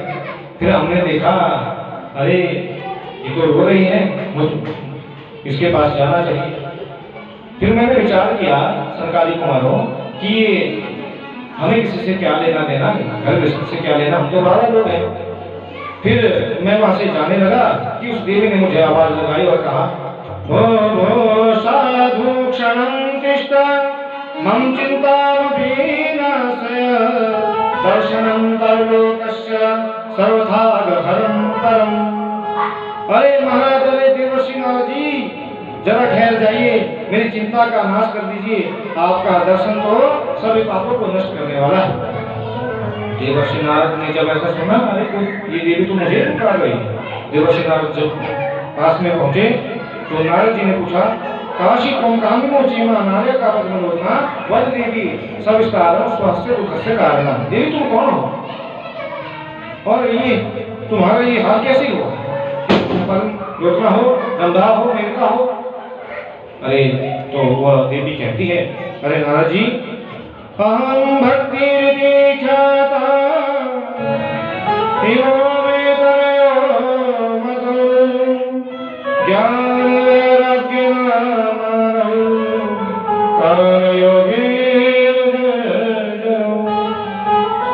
मेरा नाम है भक्ति महाराज, भक्तिमान। जैसा ही नारद ने ऐसा सुना, महाराज भक्तिमान मुझे दर्शन देने के लिए आया। तो नारद जी ने अपने मस्तक को बिना छोड़ दिया, मस्तक को नीचे भक्ति के चरणों में लगाया। जिन भक्ति के आधार पर मैंने गोविंद की भक्ति करके उस नारद पद को प्राप्त किया, आज वो भक्ति माता रो रही। मैं भक्ति हूँ और ये गंगा यमुना इत्यादि नदियां मेरे राजपासियां हैं, मेरी सखियां हैं, और ये जो दो पुरुष पड़े हैं ये मेरे पुत्र हैं। जब ऐसा कहा पुत्र है, राम जी को चिंता हो गई कि होना तो ये चाहिए कि घटते जठरा माता करणों कन्या विधि की माता वृद्ध हो और पुत्र जवान हो। माता आपका भक्ति मैया आपका ऐसा हाल कैसे हुआ?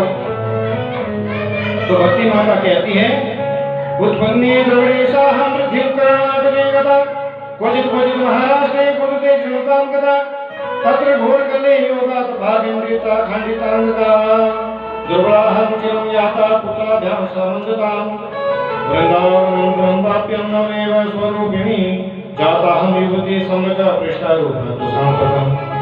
अरे मैं द्रविड़ देश में उत्पन्न हुई, कर्नाटक में वृद्धि को प्राप्त हुई, महाराष्ट्र में मेरा बड़ा सम्मान हुआ। आज भी महाराष्ट्र में भक्ति नृत्य नृत्य थी, क्योंकि दिल्ली और महाराष्ट्र में बहुत पाप भी होता है, लेकिन वहाँ पुण्य भी बहुत होता है। दुर्गा विसर्जन वहाँ होता है, कई प्रकार के अनुष्ठान चल रहते हैं, गणपति महोत्सव वहाँ होता है। तो महाराष्ट्र में मेरा सम्मान हुआ महाराज, और गुजरात में पहुंचकर मैं बूढ़ी हो गई, पाखंडियों ने मुझे घेर लिया, क्योंकि भक्ति कोई स्त्री नहीं है हमारे, ज्ञान वगैरह कोई पुरुष नहीं है। भक्ति तो हमारे हृदय में रहती है और ज्ञान हमारे बुद्धि में रहता है, वैराग्य मन में रहता है, त्याग हमें स्वयं करना होता है। इसलिए भागवत में जाता है जीवन।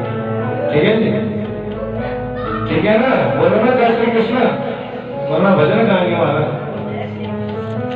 तो महाराज फिर देवर्षि नारद ने भक्ति देवी से कहा कि मैं तुम्हारे दुख को अभी दूर किए देता हूँ, क्योंकि यह कथा ब्रह्मा जी से चतुश्लोकी भागवत को सुन लिया था देवर्षि नारद ने। लेकिन देवर्षि नारद को यह पता नहीं था कि सप्ताह विधि किसे कहते हैं। ये सप्ताह विधियों के कल्याण के लिए होता है और भक्ति ज्ञान वैराग्य को जागृत करने के लिए सप्ताह कथा की जाती है। कि यत्फलं नास्ति तत्सा योगेन समाधिना तत्फलं लभ्यते सम्यक् करो केशव कीर्तनात्। कि जो फल सतयुग द्वापर त्रेता में हजारों वर्षों की तपस्या करने से मिलता था, वो फल जो है गोविंद का नाम लेने से, गोविंद का कीर्तन करने से कलयुग में सहज ही प्राप्त हो जाता है। तो बोलो ना जय श्री कृष्ण। तो आपको भी मिल गया फल, और इस फल को खा नहीं सकते महाराज, यहाँ नहीं वाले भविष्य में आपको मिलेगा।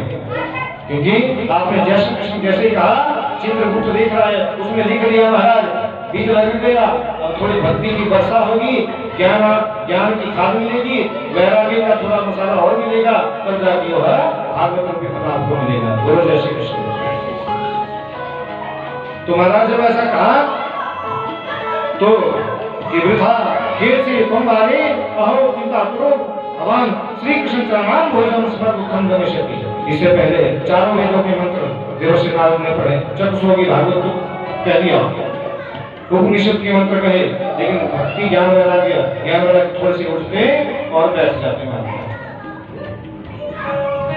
फिर यह चिंता लेकर जो है सनकादि कुमारों में आपके पास आया। तो सनकादि कुमारों ने कहा कि आप सप्ताह यज्ञ कीजिए। बोले क्या होता है हमारा सप्ताह यज्ञ? वो जिसमें भक्ति ज्ञान वैराग्य का वर्धन होता है वही सबका यज्ञ है। तो आपसे अच्छे वक्ता मुझे कौन मिलेंगे, आपसे अच्छे संत कौन होंगे? क्योंकि प्रचिति गुरु प्रीतो वैकुंठ योगी दुर्लभम। तो आप जैसे संत मुझे कहाँ मिलेंगे, ऐसा मन में विचार करते हुए वह संताली कुमारों से देवर्षि नारद जी कहने लगे। तो आज भी हमें भी यह अवसर मिला है भगवान की कृपा से कि हमें भी ऐसे संतन के साथ लगे, ऐसे भगवान के संतों के, भगवान के जो संत हैं उनका अनुगमन करें, उनके साथ लगे जो हमें इस लोक से पार ले जाकर भगवान की दिव्य भक्ति हमारे हृदय में स्थापित करें। तो आइए तो बड़ी संतन के चरणों में प्रणाम करते हैं। संतन के संग लाग रे तेरी बिगड़ी बनेगी, संतन के संग लाग रे तेरी बिगड़ी बनेगी, संतन के संग लाग रे तेरी बिगड़ी बनेगी, संतन के संग लाग रे तेरी बिगड़ी बनेगी, बिगड़ी बनेगी तेरी अच्छी बनेगी, बिगड़ी तेरी अच्छी बनेगी, बिगड़ी बनेगी तेरी अच्छी बनेगी, बिगड़ी बनेगी तेरी अच्छी बनेगी, रात सके तो लाग रे तेरी बिगड़ी बनेगी, रात सके तो लाग रे हरि बोल तेरी बिगड़ी बनेगी, काम क्रोध मद लोभ तेरे। कौन है लुटेरे? हम बोलते हैं ना हमारे घर में लुटेरे आते हैं, वो तो बाहर के लुटेरे हैं, अंदर के लुटेरे तो बड़े बड़े लोग हैं, इनको बाहर निकालो महाराज। अगर अंदर आने लगे तो जय श्री कृष्ण की दवाई खिलाया करो, अंदर नहीं आ सकेंगे। काम क्रोध मद लोभ लुटेरे,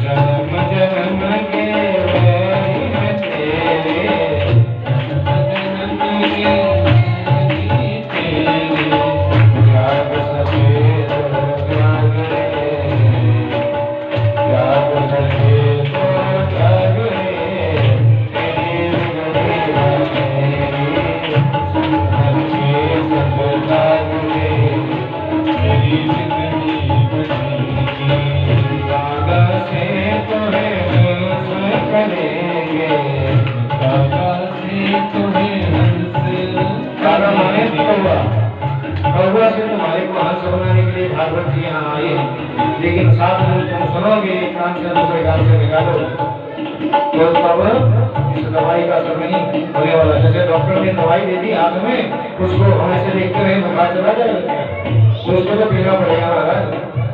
दादा से तुम्हें हंस करेंगे, दादा से तुम्हें हंस करेंगे, हरि चरण में लाग रे तेरी बिगड़ी बनेगी, हरि चरण में लाग रे तेरी बिगड़ी बनेगी, संतन के संग लाग रे तेरी बिगड़ी बनेगी, संतन के संग लाग रे तेरी बिगड़ी बनेगी।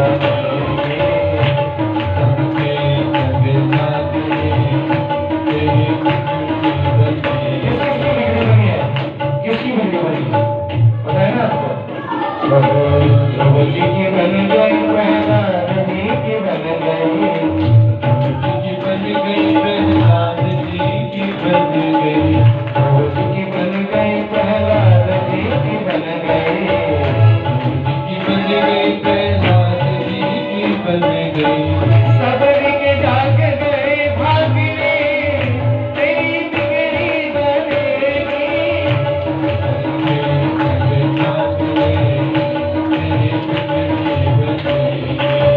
संतन के संग लाग रे तेरी बिगड़ी बनेगी, संतन के संग लाग रे हरि संतन के संग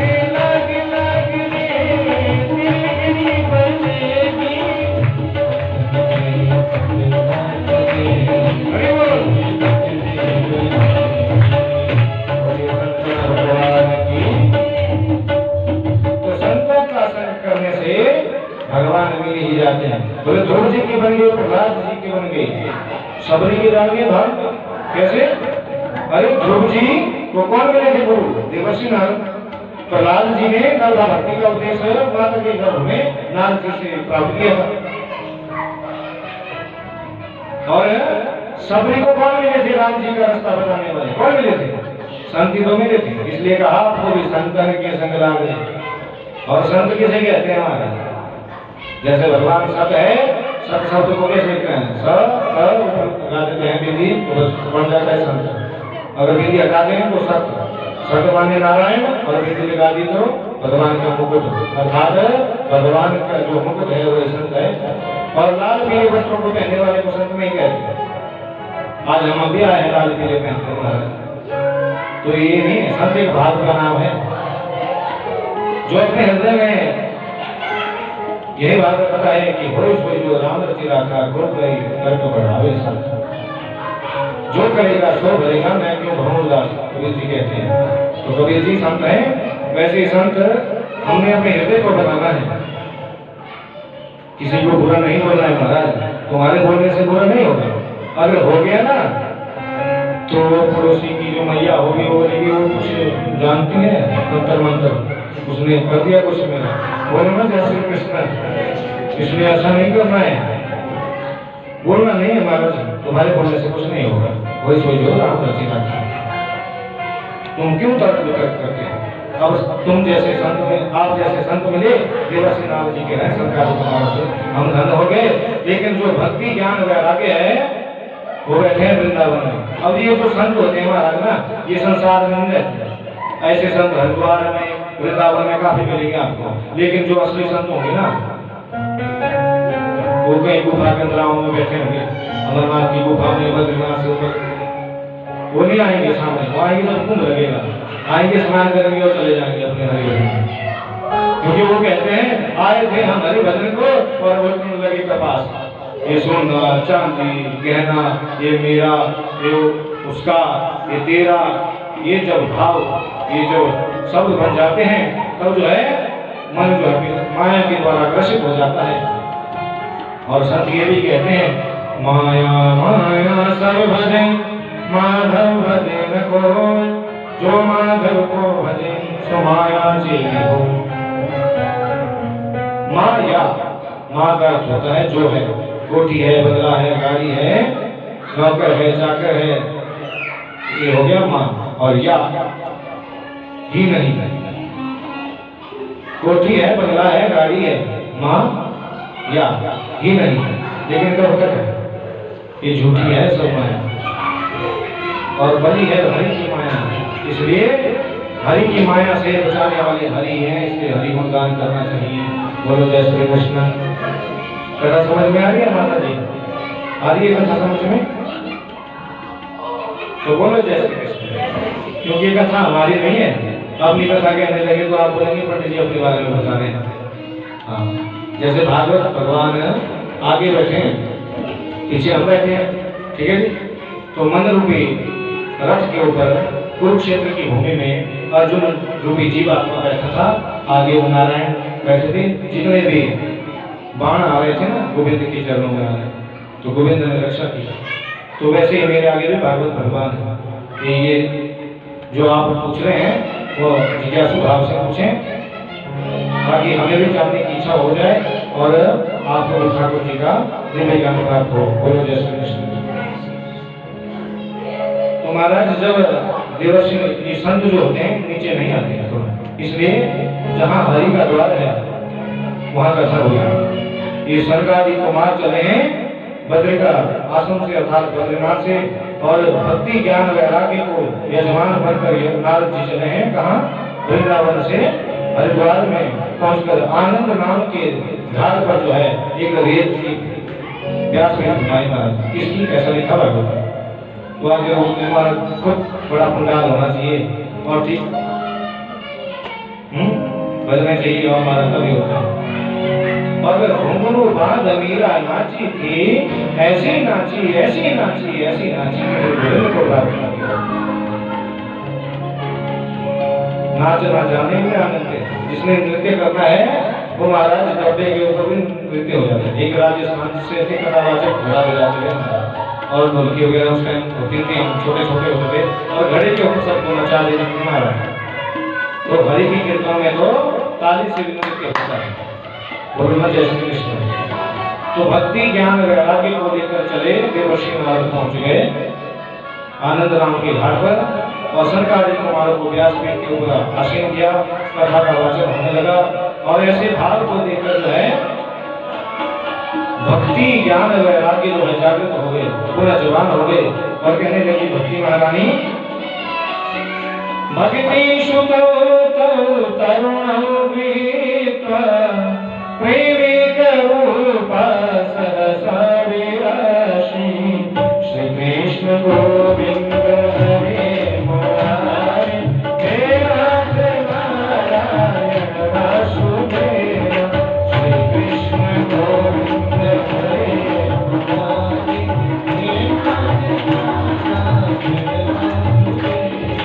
हे नाथ नारायण वासुदेव, हे नाथ नारायण वासुदेव, हे नाथ नारायण वासुदेव, हे नाथ नारायण वासुदेव, हे नाथ नारायण वासुदेव, कृष्ण गोविंद हरे मुरारी, हे नाथ नारायण वासुदेव, श्री कृष्ण गोविंद हरे मुरारी, हे नाथ नारायण वासुदेव, गोविंद मेरी यह प्रार्थना है, गुरु कभी मैं नभ न दिया, गोविंद मेरी यह प्रार्थना है, गुरु कभी मैं नभ न दिया, सदा करे निराजमान, सदा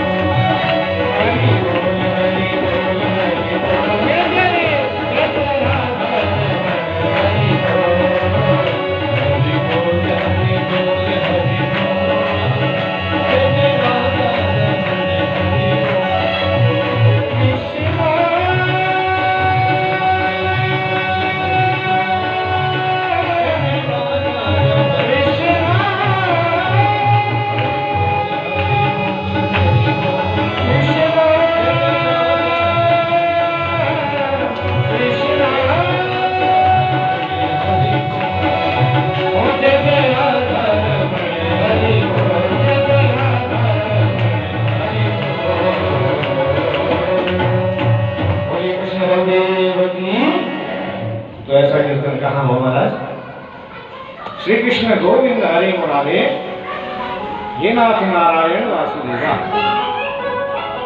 शरीर को कष्ट होना चाहिए कथा में।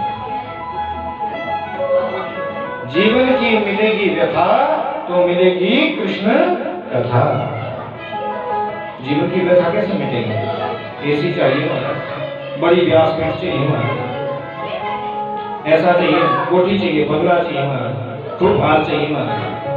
सुखदेव जी ने तो जब परीक्षित ने भगवान की कथा की दक्षिणा सुखदेव जी को दी तो कुछ भी नहीं दिया महाराज। अब वही अमर कथा को साथ में लेकर सुखदेव जी जो जंगल की ओर चले गए और समाधि कैलाश के शून्य पर्वत में बैठ गए। फिर उनको जिज्ञासा हुई थी महाराज, फिर अणिमंत्र के द्वारा उनका सत्य में बताया गया कि उनका प्रादुर्भाव हुआ था और उनका विवाह भी हुआ है। देवी पुराण में है वर्णन, 4 पुत्र और 1 पुत्री उनकी हुई है। ये दिव्य भागवत की कथा है और हमें भागवत में लेना है। बोलो जय श्री कृष्ण। तो इस प्रकार का कीर्तन का हवा होगा। श्री कृष्ण भक्ति सुतो उतरणों कृपा प्रेम के रूपा सहसा विलासी, की भक्ति अपने पुत्र ज्ञान वैराग्य को साथ में लेकर प्रेम एक रूप है, प्रेम की रूप है भक्ति।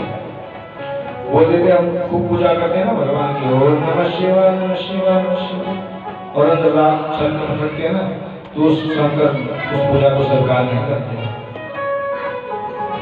आप चाहे भगवान को जल भी ना चढ़ाओ, फल भी ना चढ़ाओ, लेकिन बाहर मंदिर के दरवाजे से भी ओम नमः शिवाय बोलेंगे ना तो भी भोला बाबा स्वीकार करेगा, क्योंकि इनका नाम तो है ही भोले शंकर। भोले शंकर भगवान की। तो ऐसा कीर्तन हुआ। फिर देवर्षि नारद ने वैसे आसन लगाए बाहर भक्ति ज्ञान वैराग्य को बैठने के लिए।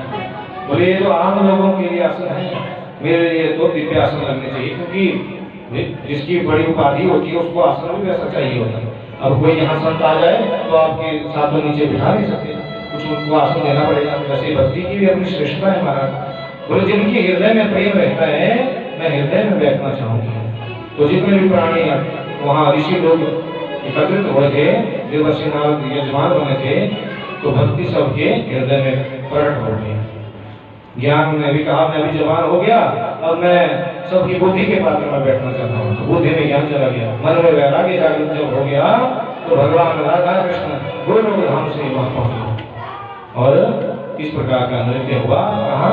आनंद नाम के वन में, हरिद्वार से हरिद्वार में। तो ऐसे कीर्तन को सुनकर सबकी भक्ति ज्ञान वैराग्य जागृत हुई। अब सूत जी से सोनगारी 88 झारेश्वर ने कहा कि महाराज आपने तो कहा था कि तो पापियों को पाप से क्रांति, तो ये तो पुण्यात्मा लोग थे जिनका कल्याण हुआ। अब कोई ऐसा कथा इस पुराण की सुनाइए जिससे ये सिद्ध हो जाए कि यह सब पापों का समूल नाश करने वाली है। तो सूत जी कहते हैं सोनकाली 88 झारेश्वर से, और संकाली कुमार कह रहे हैं देवर्षि नारद से। कायेन वाचा मनसा विपाकटं नित्यं प्रवृत्ति सखा हठिने। कायेन वाचा मनसा विपाकटं नित्यं प्रवृत्ति सखा हठिने। पाया स्वपुष्टा मलिना दुराशया सप्तायकेन पुनः। कायेन वाचा मनसा विपाकटं, जो प्राणी अपने शरीर से पाप करता है, अचानक किसी को थप्पड़ लगा दिया महाराज, किसी के खेत में कोई बुरी चीज डाल दी महाराज, काटे हो दी, चलते फिरते हमसे कोई जीव मर जाए, ये हो काया का पाप। वाची किसी को बुरा बोल दिया महाराज, और जो मन में विपाक रखते हैं इन और इनको तो छोड़ो। सूत जी कह रहे हैं जो सठ है, जो नहीं मानते महाराज, आज भी कई लोग ऐसे होंगे कथा को ध्वनि यंत्र के माध्यम से सुन रहे होंगे और कहते होंगे ऐसे पंडित बहुत आते हैं, बहुत कथा करते हैं, हमें क्या लेना किसी विषय से, वो तो अपने पति के खेल लगे हैं, पति पे पति फेंक रहे हैं महाराज। नैले पे देला चल रहा है महाराज, जो सच है नहीं मानते महाराज। भगवान तो भाव देखते हैं जी, चाहे हम पति के हैं चाहे मजरा पान करें, भगवान तो भाव देखते हैं। ठीक है, ऐसा जो लोग कहते हैं वो भी, और जिनका हृदय मलिन है, बुरे भाव जो रखते हैं, जो सड़ा हुआ मांस खाते हैं, मदिरा का पान करते हैं, पैसा गमन करते हैं, जैसे कैसा भी पापी हो सब कहा यज्ञ कलोक उन्नति। यह इस कथा की विशेषता है कि इस सप्ताह यज्ञ विधि के द्वारा वह परम पवित्र होकर भगवान विष्णु जैसा चक्रवर्ती नारायण रूप धारण करके भगवान के धाम को जाता है। बोलो ना जय श्री कृष्ण। तो अब विष्णु आपको एक प्राचीन इतिहास सुनाता हूँ कि तुंगभद्रा नदी पूर्वं भूतपदनोत्तमं यत्र वर्णं स्वधर्मेण सत्यं तत्परं आत्मदेव पुरे तस्मिन् सर्ववेदो विशारद श्रौतसमादेषु निष्णातो कृतेव भास्कर। कि तुंगभद्रा नदी के तट पर एक अनुपम नाम का नगर बसा था। कौन सा नगर था जी? तुंगभद्रा नदी है, उसके तट पर उसके किनारे पर एक नगर बसा है। उस नगर का नाम क्या है भैया? प्यारी भैया क्या नाम है उस नगर का? अभी तो बोला आप लोग हम सप्ताह सुनने आए हैं, 7 दिन की कथा सुन लेंगे, फिर बाद में हम भी पूछेंगे आपने क्या सुना, हमने क्या सुनाया, कि हाँ हमारी गलती थी, हम गलती ज्यादा पूछते हैं, सुधार होगा उसका।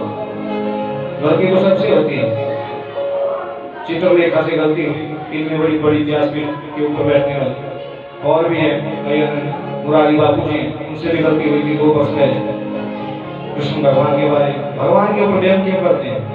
भगवान कुछ भी करे महाराज, जो प्रकृति के अधीन है वो मानव है, और जो जिसके अधीन में प्रकृति है वो भगवान है, वो कुछ भी कर सकते हैं। लोग कहते हैं ना भगवान कृष्ण ने तो इतने हजार रानियों से विवाह किया था, भगवान कृष्ण ने तो गोवर्धन भी उठाया था, काली नाग के साथ युद्ध भी किया था। आप कर सकते हैं? जब स्नान तो बोल रहे हैं छोटा सा बताएगा तुम्हारे को, बोलो जय श्री कृष्ण।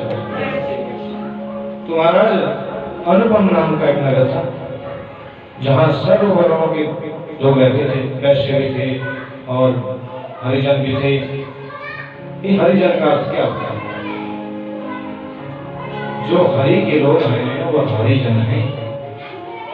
ये जन्म जायते शुक्र संस्कार उच्यते वेद पाठ प्रगेत विप्र ब्रह्म जानाति सुब्रह्मण्य। जन्म से सभी शूद्र हैं। शूद्र का अर्थ होता है जिसे कुछ भी नहीं पता, कुछ भी पता नहीं। एक बच्चा होता है ना जिसका जन्म होता है, वो कुछ नहीं जानता कि कहाँ शौच क्रिया इत्यादि करनी है, कब भोजन लेना है, लेकिन उसको महसूस होता है वह रोदन के द्वारा माँ का दूध पिलाता है। तो वैसे ही फिर उसको जब संस्कार दिए जाते हैं माता पिता के द्वारा, तो द्विज माने द्वितीय जन्म उसका हो जाता है, उसका नाम संस्कार हो जाता है। वेद पाठ जब गुरुकुल पाठशाला में वह पढ़ने जाता है तब वह विद्वान भी बन जाता है। और जब वह व्यक्ति भगवान की कथा को सुनकर यह जान लेता है कि जगत मिथ्या सत्यम जनार्दन, कि यह पूरा जगत जो है झूठ है, सत्य तो केवल मात्र श्री कृष्ण परमात्मा है।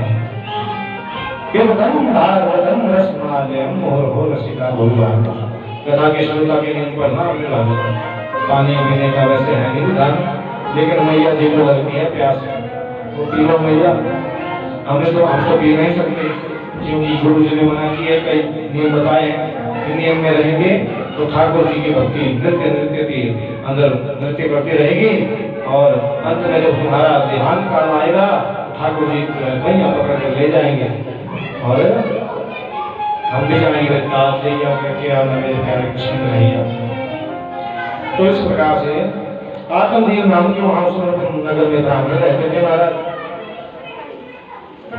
सर्व वेदों को जानते थे, यजमानी भी करते महाराज। यजमानों ने पूछा कि महाराज आप तो हैं, लेकिन पंडित जी आपके बाद कौन? आप तो करते हैं, जन्मदिन भी पढ़ते हैं, शादी भी पढ़ते हैं, सब कार्य हमारे हो जाते हैं, लेकिन आपके बाद कौन? और आत्मदेव जी का देखो कैसा स्वभाव है कि जहां भी जाते हैं बड़ा प्रेम रखते हैं महाराज। लेकिन आत्मदेव जी की पत्नी है ना, उसका नाम क्या है पता है ना आपको? यहाँ किसी का नाम तो नहीं है, ऐसा कोई रखता नहीं, कुंडली। थोड़ा ध्यान में चले। आत्मदेव कौन है? आत्मदेवत्व इति आत्मदेव, जो हमारी आत्मा है यह आत्मदेव है, जो हमारी बुद्धि है यह कुंडली। अब ये दो विचार करती है बुद्धि। अभी आप सुनेंगे कि वो कहेगी कि फल खाऊं कि नहीं खाऊं, तो वैसे ही बुद्धि भी दो विचार करती है कि क्या मेरे लिए अच्छा है क्या बुरा है। और ये जो बुद्धू कार्य आएगा अभी आगे, ये है हमारा मन। क्या है? मन। ये जो है अधर्म के साथ लगकर, क्योंकि बुद्धू कार्य तो वैसा करने वाला और मन का पान करने वाला, अधर्म के साथ लगकर जो है बात करने वाला। और जो हमारा जो गोकर्ण है, भागवत की कथा आपने बहुत सुनी होगी महाराज, जो गोकर्ण है वो है हमारी बुद्धि का पुत्र विवेक। हमारी बुद्धि यह स्वर्ग में विचार करने योग्य हो जाती है कि यह कार्य हमारे लिए अच्छा है, हमारे लिए ऐसा ही करना चाहिए। श्रीमद् भागवत की कथा तो करनी ही चाहिए। यजमान जी का संकल्प नहीं था ना हमारा था, ऐसा कोई था पता नहीं पिछले जन्म का यजमान जी से हमारा क्या नाता था, जो यहाँ का दाना नहीं लिखा था। हम तो ठाकुर जी की कृपा से चिंतपूर्णी माँ के दरबार में जब पाठ के लिए जा रहे थे तो वहाँ का भी स्थगित करना पड़ा। और ठाकुर जी ने भोले बाबा से हमारा बड़ा प्रेम है पहले से ही, बचपन से। उन्होंने आज छठी बार जो है हमारे को व्यासपीठ के ऊपर आसीन करवाया है। भविष्य में उनकी कृपा रही और आप माताओं बहनों का सहयोग मिलता रहा तो दास जो है वृंदावन काशी इत्यादि क्षेत्रों में संतों के चरणों की धूलि की सेवा करके जो है अध्ययन करके जो है कहने का प्रयास करेगा। बोलो जय श्री कृष्ण। अगर रहा आशीर्वाद ठाकुर जी का, पहले ठाकुर जी चाहिए बाद में संसार, पहले जगन्नाथ बाद में जगन्नाथ। तो महाराज आत्मदेव यजमानी से कहीं से गौ ले जाते महाराज, तो गौ भी प्रसूता नहीं होती, बच्चे को जन्म नहीं देती। जिस तुलसी के बिरवे में जल डालती वो भी सूख जाता है। तो ऐसा आचरण देख के जब आत्मदेव बड़े दुखी हो गए महाराज, मन में विचार करने लगे कि अब तो मुझे इस शरीर का कोई लाभ नहीं अगर मैं इससे पुत्र ना उत्पन्न कर सकता। तो आज मन बिगड़ गया और विचार कर रहे हैं कि आप मुझे आत्महत्या कर लेनी चाहिए। दौड़े हैं महाराज नदी की ओर, इस तुम भद्रा में इस्लाम लगाकर मैं जो है आत्महत्या कर लूंगा। और सामने से जा रहे थे एक संत महाराज, संत ने पूछ लिया कथम रोदसी विप्र त्वं कार्ये चिंता वलयायसी वदतं सत्वरं महां स्वस्य रोगस्य कारणं। अरे कंधे पे तो ये जो विवेक है ब्राह्मण रखते हो, क्यों मरने जा रहे हो, क्या बात है? अरे आप संत के दर्शन हुए हैं, अब मेरा दुख दूर हो जाएगा। देखिए आजकल हम भी ऐसा ही कर रहे हैं, पुत्र चाहिए महाराज। पंडित जी ऐसा कुछ पाठ बता दो जिससे पुत्र हो जाए। और पंडित जी कहते हैं लिंगदेव गोविंद वासुदेव जगतपते देहि में तन्यम तन्यम कहेंगे तो पुत्र होता है, तनिहा कह दिया तो पुत्री हो जाती है। इसलिए मंत्र में शुद्धि हुई तो जय श्री कृष्ण। तो आप हम शरण है प्रभु, हम आपकी शरण में, आप जो है स्वयं ही हमारा पुत्र बनकर फिर भगवान जो है एक एक प्रकार के रूप लेकर जो है पहुंच जाते हैं उसके लिए। बोलो जय श्री कृष्ण। आजकल हम भी पुत्र को महत्व दे रहे हैं, पुत्रियों को नहीं। पुत्री नहीं होगी मतलब आज में बहु का अवसर लाओगे और आज हो रहा है ऐसा। बोलो जय श्री कृष्ण।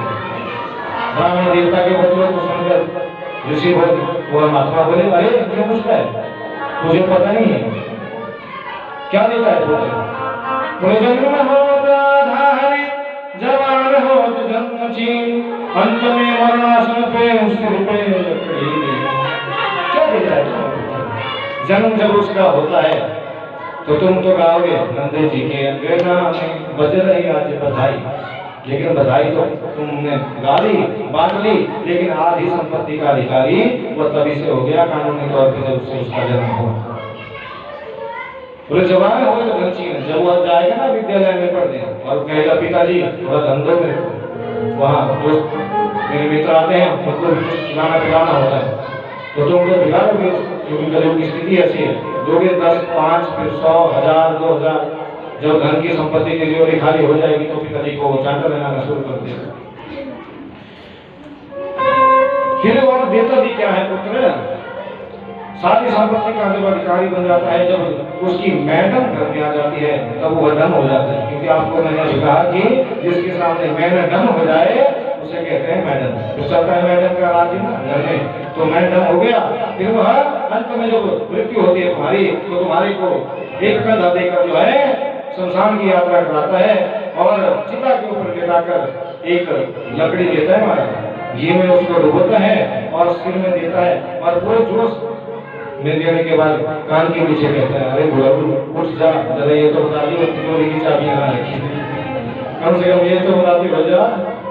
तो क्या देता है पुत्र, लेकिन आत्मदेव ब्राह्मण को समझ नहीं आता, वो भी विद्वान थे, चारों वेदों के ज्ञाता थे। उन्होंने जो है शास्त्र से एक सुंदर बात निकाली और कहा कि देखो महाराज, आप तो है बाबा लोग, आपका कार्य है एक घर से मांगा, दूसरे घर में बैठकर खा लिया और मस्ती में आगे आगे बस्ती में, आपका तो कुछ नहीं। लेकिन हम जो है हम हैं गृहस्थ लोग, और जब गृहस्थाश्रम 15वां आश्रम गृहस्थाश्रम है, विवाह संस्कार है, जब उसको हम अपना लेते हैं तो 4 ऋण हमारे ऊपर हो जाते हैं पहले से जन्म से, देव ऋण, ऋषि ऋण, पितृ ऋण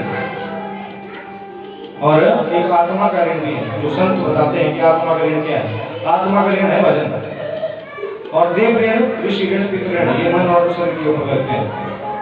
क्योंकि आत्मा को कोई चीज सीमित छोड़ नहीं सकती, आत्मा का ऋण एक ही है, हरि का भजन करो, हरि का भजन कर, हरि है हमारा। गाने में थोड़ा गाने, लेकिन समय जो है पूर्णता की ओर है, इसलिए इसका भी ध्यान रखना पड़ेगा, वरना गौ मैया लगाएंगे। अब हमारी जो होने वाली मैया थी वो आई नहीं है, अभी तक हमारे को घास नहीं डाला। गोविंद को गौ माता बोलती है, उसका भी ध्यान रखना है। लेकिन अभी समय है, तब तक कथा आराम से पूर्ण हो जाएगी। तो बोलो ना जय श्री कृष्ण, पीछे वाले बड़े जोर से बोले, इधर वाले जो करंट है बोलो ना जय श्री कृष्ण। तो महाराज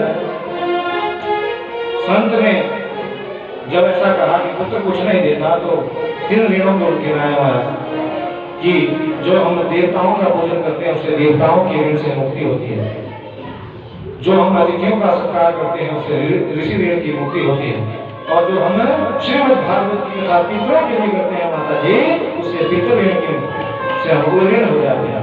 बोलो जय श्री कृष्ण। तो आप बड़े भागी हैं महाराज, बड़े सौभाग्यशाली हैं जो भगवान की कथा आपको सुनने को मिल रही है, हमारे को कहने को मिल रही है, और इनके भाग्य से इन यजमान जो पितर बने हैं आज, इनके भाग्य से हम आप सबके भी भाग्य जागृत हो गए। क्योंकि कलयुग में भगवान की कथा ऐसे नहीं मिलती महाराज। कईयों ने मेरे पास कई उदाहरण है, मैं यजमान का नाम नहीं लेना चाहता, पढ़ जी आपसे करवाइए कथा, लेकिन कथा का समय आया ना जब करने का, और 7-8 दिन रह गए तो उनकी धर्मपत्नी बीमार हो गई, 5 लाख रखा था, सब छोड़ के हॉस्पिटल में चंडीगढ़ चला गया। आज जो है वो महीने का काम करते हैं, भगवान उसी से कथा करवाते हैं जिसके ऊपर भगवान की विशेष कृपा होती है। तो बोलो ना जय श्री कृष्ण। आपको यह कथा भूत भविष्य वर्तमान की मिलेगी, जो भागवत में वर्णित है, वो जो हमने पढ़ा है, जो हमने स्वाध्याय किया है, जो संतों से अध्ययन किया है, जो अपने गुरु जी के मुखारबिंद से इस सोशल मीडिया के माध्यम से हमने सुना है, और जो गोविंद हमसे बुलवाना चाहेंगे वही आपको सुनने को मिलेगा भैया, बाकी कुछ नहीं मिलेगा यहाँ से भैया।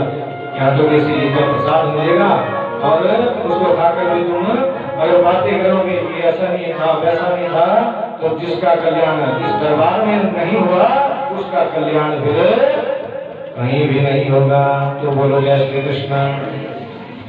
तो महाराज जी उन्होंने कहा कि 3 प्रकार ऋण होते हैं, इसलिए मुझे तो पुत्र चाहिए, वरना मैं आपके चरणों में अपने प्राणों को पलायन कर दूंगा। चरणों में मत्था झुका दिया महाराज, और जोर जोर से पटकने लगे।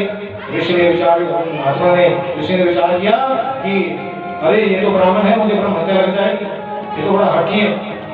तो अपने झोले से नर फल निकाला महाराज, और उसे दे दिया। और भगवान ने अपने गोविंद का ध्यान किया कि मैंने जो भी भजन किया भगवान इस फल में उसकी शक्ति आ जाए। और आत्मदेव उस फल को मस्तक से लगाते हुए अपने घर में पहुंचे। धुंधली देवी से कहा कि लो धुंधली, आज ये जमाने से यही मिला, इसको ठाकुर जी को अर्पित करके जो है ग्रहण कर लेना। और इस संत का दिया हुआ दिव्य फल है, इससे जो है तुम्हारे यहाँ पुत्र होगा। अब फल महाराज रखा है सामने और ठाकुर जी को अर्पित भी नहीं किया। मन में विचार कर ये खाऊं कि नहीं खाऊं, 60 वर्ष की मेरी आयु, कहीं पेट बढ़ गया, अभी बुढ़ापा भी आ रहा है, कर गिर गया। मैंने तो ये भी सुना है कि बुढ़ापे में अगर धारण किया जाए तो माता की मृत्यु भी हो जाती है। अरे ऐसे बिना ऐसे विचार कर रही थी। उतने में उसकी सखी आ गई, इसका नाम था धुंधली। उसकी बहन थी, उसका नाम था धुंधली। उसका मोबाइल लगा हुआ। धुंधली पहुंची और कहती है अरे बहन क्या कर रही है? बोले ये तो तेरे जीजा जी है ना आत्मदेव, मैं बड़े बोले और कैसे फल लिया है और कहते हैं इसको खाने से होगा हमारे पुत्र। अच्छा पुत्र होगा? बोले किसने दिया भैया? बोले कोई महात्मा मिल गया। बोले महात्मा मिल गया था? तुम पता है क्या है महात्मा?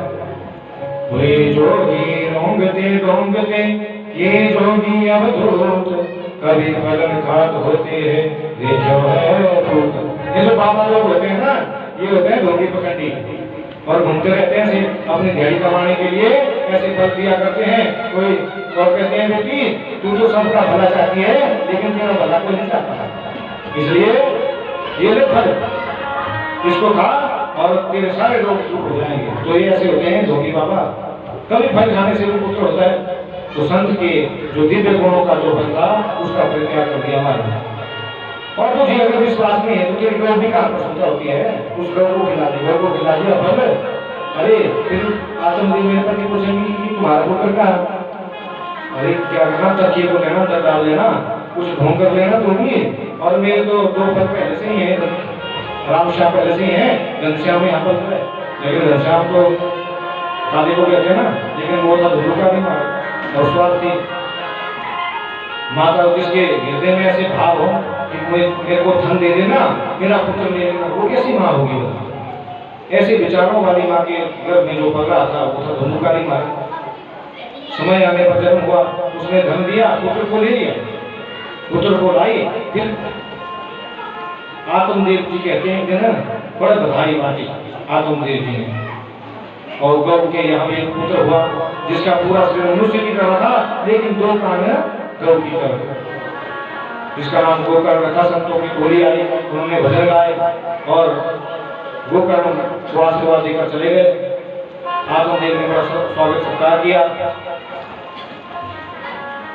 लेकिन धुंधुकारी का नाम रखने की जब बात आई तो पहले तो ये हुआ कि माता धुंधली से आत्मदेव जी ने पूछा कि रोता रहता है बार बार, तो उसे दूध कबान क्यों नहीं करवाती? बोले देखो जी अब मेरी 60 साल की आयु हो गई, मेरे स्तनों में दूध नहीं आता। आत्मदेव बड़े ज्ञानी है, उन्होंने विचार किया ऐसा क्या हो गया महाराज कि माता के जिस माता ने जो प्रसूता हुई हो, जिसने पुत्र को जन्म दिया हो, परमात्मा ने उसके स्तनों में दूध की व्यवस्था न की हो। ऐसा तो हो नहीं सकता। हो जाता होगा, बोले हैं आत्मदेव विचार कर रहे हैं कि हो जाता होगा ऐसा, कोई बात नहीं। तो क्यों ना जी, मेरे वहाँ वो सखी है ना, बहन है मेरी, उसके भी वहाँ पुत्र हो गया था लेकिन वो मर गया, तो मैं उसका दूध जो ऐसे पिला दूँ। अब स्वार्थ दिमाग के विचार है ना, और आजकल हम भी करते हैं। माता जी टीजीटी या जेबी लग चुके हैं, जा रहे हैं ऑफिस में, स्कूल में, और पीछे रखिए आया और बच्चा छोटा है अभी, वो पाल रहा है। बाद में क्या होगा, वो माँ शब्द को भूल जाएगा, वो कहेगा आया आया आया। बाद में जब माता पिता मरने लगेंगे तो वो भी कहेंगे वो मेरा पुत्र आया आया, लेकिन वो नहीं आएगा। बोलो जय श्री कृष्ण। ऐसा नहीं होना चाहिए। स्वार्थी माँ का उस पुत्र ने रुक गया और उस पुत्र का बात करके उसकी बुद्धि बिगड़ गई। फिर आया नामकरण संस्कार की बारी, तो आत्मदेव ब्राह्मण है, अच्छा ही नाम रखेंगे महाराज। उन्होंने कहा मेरा नाम है आत्मदेव धुंधली और इसका नाम होगा ब्रह्मदेव। अच्छा नाम है ना ब्रह्मदेव, लेकिन धुंधली नहीं मानी। लो जी 9 महीने गर्भ में हमने रखा, बाहर हमें धोया, और नाम ढूंढो, ऐसा थोड़ी होता है। हाँ देखो मेरा नाम है धुंधली, इसका नाम होगा धुंधुकारी। कर्ण पंडितों ज्ञानी धुंधुकारी महाकल। गोकर्ण तो काशी कुरुक्षेत्र इत्यादि हरिद्वार इत्यादि तीर्थों में जाकर बड़े विद्वान ब्राह्मण बने, लेकिन धुंधुकारी कुएं में बच्चों को डाल देता, पैसा ग्रहण करता, मदिरापान करता महाराज, दूसरे के धन को चुरा कर ले आता और 5-5 वैश्याओं को घर में लेकर आता। ये 5 वैश्या कौन है? धुंधुकारी आपको बताइए, धुंधुकारी कौन है? मन चल वृंदावन चल वे मन, इथे हो नजारा नहीं मिलना। कीर्तन के लिए उनको बुलाया है, हमें तो कथा के लिए बुलाया। बोलो जय श्री कृष्ण। तो महाराज जब धुंधुकारी ऐसा आचरण करने लगा, 5 वैश्याओं को घर में लेकर आ गए। 5 वैश्याएं कौन है? शब्द, स्पर्श, रूप, रस और गंध। हम किसी को देखते हैं ना तो शब्द होता है हमारा, बड़ा अहंकार करते हैं। तो शब्द, स्पर्श, रूप, रस और गंध, ये 5 प्रकार की वैश्याएं हैं। जो हमारी बड़ी बड़ाई करता है महाराज, हम भूल जाते हैं हाँ हम ही हैं साहूकार, हम ही हैं सुंदर संसार में। स्पर्श, कोई हमारे को बड़ा सुंदर दिखता है, उसको हम छूते हैं, अरे महाराज कैसा सुंदर घर बनाया है। हाँ इटालियन पत्थर लगवाया है क्या? हाँ कहाँ से मंगवाया सर? राजस्थान से आया। रूप, किसी के रूप को देखकर हम मोहित हो जाते हैं। और रस, अरे महाराज वो वाली मिठाई जो मिश्रा जी लाए थे वहाँ से दिल्ली से, वो फिर से लेके आना। रस और गंध, अरे अच्छा जैसा परफ्यूम लाया करो महाराज। ये जो होता है ये 5 प्रकार की वैश्याएं हैं जो मन को आकृष्ट करती है अपनी ओर।